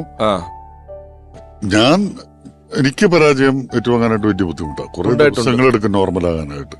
അതായത് നമ്മൾ ഇത്രയും ദിവസങ്ങൾ ഇത്രയും നാൾ അധ്വാനിച്ച മുഴുവനും കുറെ പൈസ കളയാനും കുറെ നഷ്ടങ്ങൾ കേൾക്കാനും ചീത്ത കേൾക്കാനുമാണല്ലോ എന്ന് പറഞ്ഞത് ഭയങ്കരമായിട്ടുള്ള സ്ട്രെയിൻ ഉണ്ടാക്കുന്നത്. അത് സാമ്പത്തിക നഷ്ടത്തിനേക്കാൾ വലുതായിട്ട് ഇത്രയും നാൾ മെനക്കെട്ടത് ഇതിനു വേണ്ടിയിട്ടായിരുന്നു. വെറുതെ ഇരുന്നാൽ മതിയായിരുന്നല്ലോ എന്ന് പറയുന്ന സംഭവത്തിൽ അവനവനെ സംശയം തോന്നും, അവനവന്റെ ഡിസിഷൻ തെറ്റിപ്പോയി എന്നുള്ളിടത്ത്. മറ്റുള്ളവർ പറയുന്നത് നമ്മളൊന്നും അങ്ങനെ കാര്യമാക്കാറില്ല, പക്ഷെ സ്വയം വരുന്നൊരു പ്രശ്നമുണ്ട്. നിങ്ങൾ ഒന്നിച്ചുള്ള സക്സസ്സുകളുടെ ഒരു എണ്ണം വളരെ കൂടുതലാണെന്ന് പറഞ്ഞു. ആ സമയത്ത് നിങ്ങൾ സക്സസ് അല്ലാത്തൊരവസ്ഥയെ പറ്റി ചിന്തിച്ചിട്ടുണ്ടോ? എല്ലാം സക്സസ് ആണ് ചിന്തിച്ചിട്ടുണ്ടാവും, പക്ഷെ ഞങ്ങൾ അത്രയും വർക്ക് ചെയ്തിട്ടുണ്ടായിരുന്നു ഓരോ പടങ്ങൾ. അതിന്റെ കഥ പറയുമ്പോൾ പറഞ്ഞു എത്രയോ പേരെടുത്ത് പറയാറുണ്ടെന്ന് അറിയോ. 1 പ്രാവശ്യം 2 പ്രാവശ്യം ഒന്നുമല്ല. പക്ഷെ ഇവരൊക്കെ വീണ്ടും വീണ്ടും കേൾക്കാൻ താല്പര്യം കാണിക്കുന്നു എന്ന് പറയുന്നത് തന്നെയാണ് നമ്മുടെ കോൺഫിഡൻസ്. ഇത് സംഭവമൊക്കെയാണ്, ഇനി ഇതൊന്ന് സിനിമയാക്കി അഭിനയിപ്പിച്ച് കിട്ടിയാൽ മതി എന്ന് പറയുന്ന അവസ്ഥയാണ്. അപ്പൊ അതും നമുക്ക് എടുത്തു കഴിഞ്ഞിട്ട് ഇട്ട് കണ്ട് വീണ്ടും എഡിറ്റ് ചെയ്ത് പാസ്സാറൊക്കെ എന്ന് പറഞ്ഞു കഴിഞ്ഞാൽ ഡബിൾ പോസിറ്റീവ് എന്നാ പറയുന്നത്. സൗണ്ടും തനിത്തനിയാ. അത് പ്രൊജക്ഷൻ 18 പ്രാവശ്യമൊക്കെ വെക്കും ഓരോ പടത്തിന്റെ. എന്നിട്ട് വീണ്ടും കറക്റ്റ് ചെയ്ത് വീണ്ടും പിറ്റേ ദിവസം ഇട്ട് വീണ്ടും കറക്റ്റ് ചെയ്ത് അങ്ങനെയാണ് അന്ന് ചെയ്തിരുന്നത്. അപ്പോൾ ഈ ഒരുപാട് ആളുകൾ കാണും. മദ്രാസിലൊക്കെ ആണെങ്കിൽ മദ്രാസിൽ അതിനുവേണ്ടി തന്നെ നമ്മുടെ ഒരു സുഹൃത്ത് വലയം ഉണ്ടാക്കിയിട്ടുണ്ട്. അവരൊക്കെ വിളിക്കും, അവരൊക്കെ വന്ന് കാണും. അപ്പൊ അതുകൊണ്ട് തിയേറ്ററിൽ പോയ അവസ്ഥയിൽ തന്നെയാണ് നമ്മൾ റിസൾട്ട് അറിഞ്ഞിട്ട് തന്നെ തിയേറ്ററിലേക്ക് വരുന്നത് പടം. അതുകൊണ്ട് അങ്ങനെ വലിയ ടെൻഷൻ അന്ന് അനുഭവിക്കേണ്ടി വന്നിട്ടില്ല. സിദ്ദിഖയുടെ ഒരു പ്ലസ് പോയിന്റ്, വേറെ ഒരു ക്വാളിറ്റി എന്നുള്ള ഞാൻ കണ്ടത്, ബോഡി ഗാർഡെന്ന് പടം കഴിഞ്ഞിട്ട് സിദ്ദിഖ ഞാനോട്ട് കണ്ടപ്പോൾ എന്നോട് പറഞ്ഞ് ജോർജിൻ്റെ ഒരു തമാശ ഞങ്ങൾ സിനിമയിൽ എടുത്തിട്ടുണ്ടെന്ന് പറഞ്ഞു. ഞാൻ ചിക്ക ഏതാണെന്ന് ചോദിച്ചാൽ പറഞ്ഞ് ജോർജ് ഇപ്പം എന്ത് ചെയ്യണം, ഞാനിപ്പോൾ അപ്പൻ്റെ കൂടെയാണ്, അപ്പൻ എന്ത് ചെയ്യണം, അപ്പൻ വെറുതെ നടക്കുകയാണ് എന്നുള്ള സാധനം ഞങ്ങൾ സിനിമയിൽ എടുത്തിട്ടാന്ന് എന്ന് പറഞ്ഞു. അങ്ങനെ ആരും അങ്ങനെ പറയൂല ശരിക്കും പറഞ്ഞാൽ, അല്ലേ? അതൊരു ക്രെഡിറ്റ് അതുപോലെ സിദ്ദിഖിന്റെ എൻ്റെ ലൈഫിൽ എൻ്റെ ഏറ്റവും വലിയൊരു അഡ്വൈസറാണ്. മരണം വരെ എൻ്റെ അഡ്വൈസറായിരുന്നു. എന്ത് കാര്യം ചെയ്താലും വീട്ടിലെ കാര്യങ്ങൾ കൂടുതലും സിനിമയായിട്ട് മാത്രമല്ല, വീട്ടിലെ കാര്യങ്ങൾ എന്താണെങ്കിലും ലൈഫിൽ എന്ത് കാര്യം വേണമെങ്കിലും സിദ്ദിഖിനോട് ചോദിച്ചിട്ടേ ചെയ്യാം. സിദ്ദിഖിനോടും ചോദിക്കരുത്, ജോഷ് സാറിനും ചോദിക്കരുത്. സിദ്ദിഖ് എൻ്റെ കറക്റ്റ് റൂട്ട് പറഞ്ഞു തരും. എന്ത് ചെയ്യണം, എങ്ങനെ ചെയ്യണം, ഇങ്ങനെ ചെയ്താൽ മതി, ഇങ്ങനെ ചെയ്താൽ മതി. അത് നഷ്ടപ്പെട്ടു പോയത്. ഞാൻ നേരത്തെ സാറിന്റെ സിനിമകളെ കുറിച്ചോ അല്ലെ സിനിമയുടെ അതിലെ കഥാപാത്രങ്ങളെ കുറിച്ചൊക്കെ പറഞ്ഞല്ലോ. അങ്ങനെ ചില ആളുകൾക്ക് ചില കഥാപാത്രങ്ങൾ എപ്പോഴും ഒരു വലിയ ഭാഗ്യമാണ്. അവരെ കാണുന്നവരെല്ലാം ആ സിനിമയും ആ ഒരു കഥാപാത്രവും പറയും. അത്തരത്തിൽ മറ്റ് സിനിമകൾ അഭിനയിച്ചിട്ടുണ്ടെങ്കിലും ഇപ്പോഴും സിദ്ദിഖ് സാറിന്റെ ഒരു സിനിമയിലെ കഥാപാത്രം ആളുകൾ എടുത്തു പറയുന്ന ഒരു കലാകാരൻ, ക്രോണിക് ബാച്ചലർ എന്ന ചിത്രത്തിലെ ആ മദ്യപാനിയെ അവതരിപ്പിച്ചുകൊണ്ട് മലയാളികളുടെ മനസ്സിൽ സ്ഥിരപ്രതിഷ്ഠ നേടിയ കലാകാരൻ ശ്രീ അനിയപ്പൻ. എൻ്റെ സുഹൃത്തുണ്ട് മഞ്ജൂഷ്, തൃപ്പൂണിത്തുറയാണ്. മഞ്ജൂഷിൻ്റെ ഫ്രണ്ടാണ് സിറാജിക്ക. ഈ സിറാജിൻ്റെ ഒരു അടുത്ത ബന്ധുവാണ് സിദ്ദിഖ് സാർ. അവർ തമ്മിൽ റിലേഷൻഷിപ്പ് ഭയങ്കര ഉള്ള ആളാണ്. അങ്ങനെ പറഞ്ഞ് ഈ അനിയപ്പനെ നമുക്ക് എന്തെങ്കിലും ഒന്ന് രക്ഷപ്പെടുത്താൻ പറ്റുമോ? അവനിപ്പോൾ കലാപ്രതിഭയൊക്കെ ആയിട്ടൊരു പാവപ്പെട്ട പയ്യനാണ്, എന്തെങ്കിലും രക്ഷപ്പെടണമെങ്കിൽ രക്ഷപ്പെട്ടു പോട്ടെ. അങ്ങനെ നേരെ സിദ്ദിഖ് സാറിലേക്ക് ഒരു എത്തിപ്പെടുകയും ഞാനും മഞ്ജൂഷും കൂടി സാറിൻ്റെ വീട്ടിലേക്ക് എത്തുകയും ചെയ്യുകയാണ്. വീട്ടിൽ കയറി അവിടെ ചെന്ന് സാറിനെ കണ്ടു. പുള്ളി പറഞ്ഞ് കഴിവുള്ളകളിൽ എപ്പോഴും രക്ഷപ്പെടും അനിയപ്പ, ഈ പടത്തിലെല്ലാം കാസ്റ്റിംഗ് ആയി കഴിഞ്ഞു, പിന്നെ അടുത്ത മൂവിയിൽ അനിയപ്പനെ ഞാൻ തീർച്ചയായിട്ടും എന്തെങ്കിലും നോക്കാം കേട്ടോ എന്ന് പറഞ്ഞ് അദ്ദേഹം ഒരു സാധാരണ ഒരാൾക്കാരുടെ പോലെ. അപ്പം എൻ്റെ കൂട്ടുകാരൻ്റെ ഒരു പെട്ടെന്നൊരു വാക്കൊരു വലിയ വാക്കാണ്. അപ്പം സാറേ അയാൾ ഇവിടം വരെ എത്തിയതല്ലേ സാറേ, അവൻ്റെ ആ കഴിവൊന്ന് കാണിക്കട്ടെ സാറേ എന്ന് പറഞ്ഞ് അങ്ങനെ ആ കള്ളുകുടിയൻ അവിടെ കാണിക്കുകയാണ്. അവതരിപ്പിച്ചപ്പോൾ അദ്ദേഹത്തിന് ഭയങ്കരമായിട്ട് ഇഷ്ടമായി. അദ്ദേഹം പറഞ്ഞു അനിയപ്പ നമുക്ക് നോക്കാം, ഏതായാലും അടുത്ത പടത്തിൽ എങ്ങനെയായാലും അനിയപ്പനെ എന്തെങ്കിലും തരാമെന്ന് പറഞ്ഞിട്ടൊക്കെ അങ്ങനെ പോന്നു. ഞാൻ ഇന്നും ക്രോണിക് ബാച്ചിൽ കള്ളുകുടിയൻ എന്നുള്ള ഒരു പേരിലാണ് ഇപ്പോഴും അറിയപ്പെടുന്നത്. ഞാൻ അന്ന് ആ സമയങ്ങളിൽ ഞാൻ 10-26 സിനിമ അഭിനയിച്ചെങ്കിലും പക്ഷെ ഇപ്പോഴും ആൾക്കാർ പറയുന്നത് ക്രോണിക് ബാച്ചിൽ കള്ളുകുടിയൻ. ഞാൻ ദേവസ്വം ബോർഡിൽ ജോലി ചെയ്യുമ്പോഴും പിഷാരടിക്ക് അറിയാം, നടക്കൽ വന്നിട്ടും ആൾക്കാർ പറയും ദേ കുടിയൻ നിൽക്കണം അമ്പലത്തിൽ വന്നിട്ട്. അപ്പോൾ ഇപ്പോഴും അറിയുന്നത് ആ ക്രോണിക് ബാച്ചിൽ കുടിയൻ എന്നാണ്. ഒരു വിദേശയാത്ര കോവിഡിന്റെ സമയത്തൊക്കെ ഒന്ന് അവിടെ പെട്ടുപോയി. കുറച്ചധികം നാൾ അവിടെയായിരുന്നു, അമേരിക്കയിലായിരുന്നു 6 മാസത്തോളം. അതൊരു വലിയ പെടലായിരുന്നു ആ സമയത്ത്. അത് കഴിഞ്ഞ് പെട്ടു വന്നിട്ടാണ്, അതും കഴിഞ്ഞ് ഒരു സിനിമയുടെ പണിപ്പുരയിലായിരുന്നു തോന്നുന്നല്ലേ അദ്ദേഹം നമ്മുടെ വീട്ടിൽ പിരിഞ്ഞു പോകുന്ന സമയത്ത്. അതെ അതെ, ഒരു സിനിമയുടെ എടുത്തും വെച്ചിട്ടുള്ള ഒരു പടത്തിന്റെ ഒരു ഇതായിരുന്നു. ആ സമയത്താണ് അസുഖം വരുന്നതും ആശുപത്രിയിലാകുന്നതും. ഞങ്ങളുടെ സംഘടനയിലാണെങ്കിലും ഈ പറഞ്ഞ പോലെ സിനിമാ ലോകത്താണെങ്കിലും എല്ലാം ഇത്തിരി സ്പീഡായിരുന്നു കേട്ടോ. നമുക്ക് അങ്ങനെ പെട്ടെന്ന് വയ്യാന്ന് നമ്മൾ കേൾക്കലും സിദ്ദിഖയുടെ വിയോഗവും തമ്മിലുള്ള ദൂരം വളരെ ചെറുതായിരുന്നു. അറിയിച്ചില്ല. ഞാൻ സുഖമില്ലാന്ന് അറിഞ്ഞിട്ട് എന്നെ ഹോസ്പിറ്റലിൽ ഐസിയുലാണെന്ന് പറഞ്ഞ് ഞാൻ ഞെട്ടിപ്പോയി. ഞാൻ കാണാൻ വേണ്ടി പോയി ഐസിയുല് ഞാൻ കയറി, എന്നെ ആരും കയറ്റുന്നുണ്ടായിരുന്നില്ല. ഞാൻ സിദ്ദിഖിനെ കണ്ടോ തകർന്ന് തരിപ്പണമായി പോയി. കാരണം നമുക്കൊരാൾക്ക് സുഖമില്ലാതെ കിടക്കുന്നു പറയുമ്പോൾ നമ്മുടെ മനസ്സിലൊരു രൂപമുണ്ടല്ലോ, അതൊന്നും അല്ല അവിടെ കണ്ടത്. അവിടെ വെച്ച് ഞാൻ തല ഇറങ്ങിയിട്ട് പിന്നെ അവരെ കൂടി എന്നെ അവിടെ കിടത്തി, വെള്ളമൊക്കെ തന്ന് കുറെ പേരെ അവിടെ കിടത്തിയിട്ട് ആ മുറി കിടത്തിയിട്ടാണ് ഞാൻ പുറത്തു പോകുന്നത്. കാരണം അങ്ങനെ മാറിപ്പോയിരുന്നു. ആ അവസ്ഥ വരെ പുള്ളി ഇത് അറിയിക്കാണ്ട് വെച്ചിരുന്നു എന്നുള്ളതാണ്. ആരോടും പറഞ്ഞിട്ടില്ല. ഈ പറഞ്ഞ മാതിരി ലാലേട്ടൻ കാണുന്നത് സെക്കൻഡ് ഇതിലാണ്. ആദ്യം പുള്ളി കുറച്ച് ദിവസം ഒരു വേറെ ഹോസ്പിറ്റലിൽ പുള്ളി അഡ്മിറ്റ് ആയിരുന്നു, ഒരു 10-15 ദിവസത്തോളം. അതാരും പുള്ളി ആരടുത്തും പുള്ളി അണ്ണൻ ആരോടും പറയണ്ടെന്ന് വളരെ സ്ട്രിക്റ്റ് ആയിട്ട് പറഞ്ഞതുകൊണ്ട് നമ്മൾ ആരോടും പറഞ്ഞില്ല. കാണണ്ട, ആരും വന്ന് ഈ അവസ്ഥയിൽ ഇങ്ങനെ ഹോസ്പിറ്റലിൽ അഡ്മിറ്റ് ആണെന്നുള്ള ആരും അറിയണ്ട, എന്നെ ആരും വന്ന് കാണണ്ടെന്നുള്ളൊരു ഇതുണ്ടായിരുന്നു, ആഗ്രഹമായിരുന്നു പുള്ളിക്ക്. അതൊരു മസ്റ്റായിരുന്നു. അതാണ് നമ്മുടെ ജനറൽ ബോഡിയിൽ വരാതെ പോയി എന്ന് പറഞ്ഞ ഹോസ്പിറ്റലിൽ അതാണ് പോയത്. ഈ 15 ദിവസം പോയി എന്ന് പറയാം, ഡോക്ടറിനെ അറിയാം. ഫസ്റ്റ് അഡ്മിറ്റ് ചെയ്ത ഹോസ്പിറ്റലിൽ നിന്നാണ് ഒരു ദിവസം പുള്ളി ലീവ് എടുത്തിട്ടാണ് അന്ന് ഈദിന്റെ അന്നാണ് വീട്ടിൽ വരുന്നത്.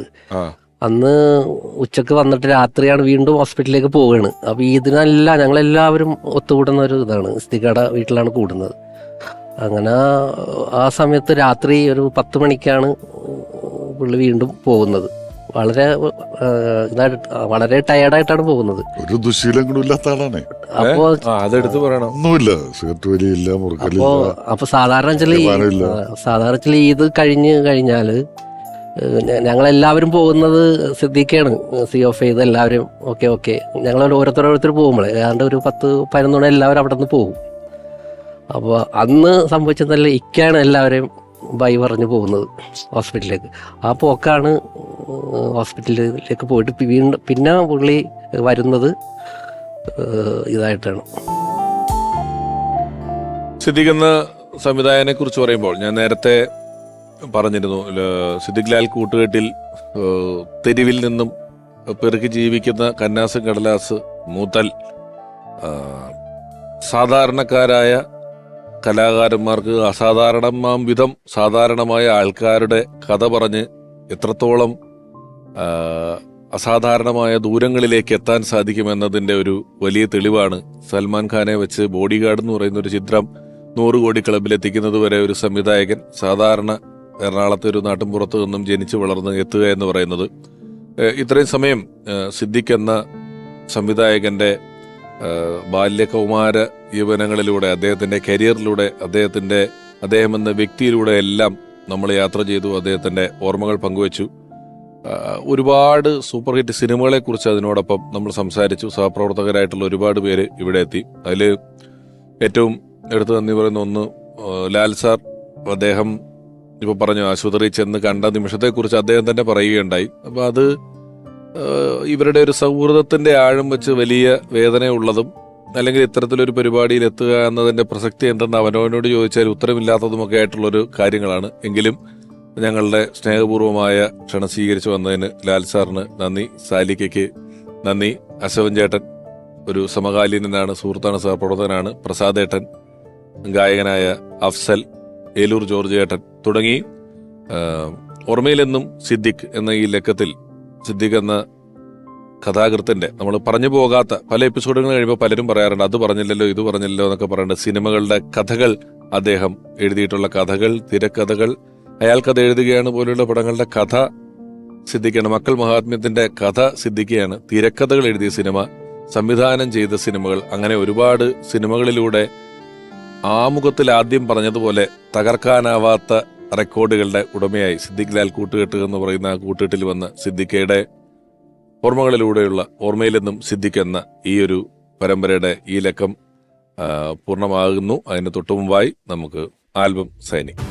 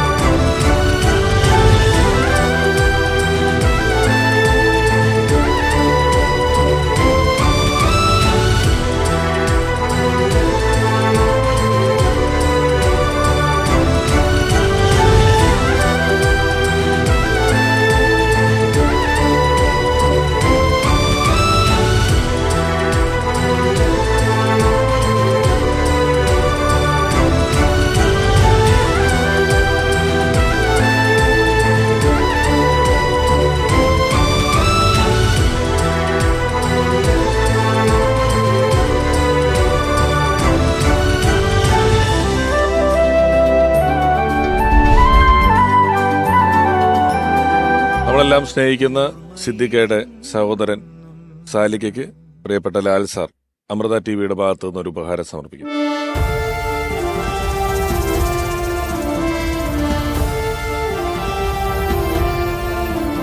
പാട്ടുകൾ പലപ്പോഴും നമുക്ക് കേൾക്കും തോറും ഇഷ്ടം കൂടി വരുന്നവയാണ്. എന്നാൽ നർമ്മത്തെക്കുറിച്ച് പലരും പറയുന്ന ഒരു പരാതി ഇത് മുഴുവൻ കേട്ടതാണ്, പുതിയതെന്തെങ്കിലും ഉണ്ടോ എന്നുള്ളതാണ്. എന്നാൽ നർമ്മം കാലം കഴിയും തോറും കൂടുതൽ ശക്തിയുള്ളതായി മാറുകയും വീണ്ടും വീണ്ടും കാണുമ്പോൾ ആദ്യം കണ്ട അതേ ചിരിയോ അതിൽ കൂടുതൽ ചിരിയോ നമുക്ക് സമ്മാനിക്കുന്ന വിധത്തിലാവുകയും ചെയ്യുക എന്ന് പറയുന്നത് ഒരു ജീനിയസിനെ കൊണ്ട് മാത്രം സാധ്യമാകുന്ന കാര്യമാണ്. അത്തരത്തിൽ മലയാളികളുടെ ചിരി ഓർമ്മകളിൽ വ്യക്തിമുദ്ര പതിപ്പിച്ച വളരെ പ്രതിഭാധനനായ സംവിധായകൻ സിദ്ദിഖ് സാർ. ഓർമ്മയിലെന്നും സിദ്ദിഖ് എന്ന ഈ ലക്കം ഇവിടെ പരിപൂർണമാവുകയാണ്.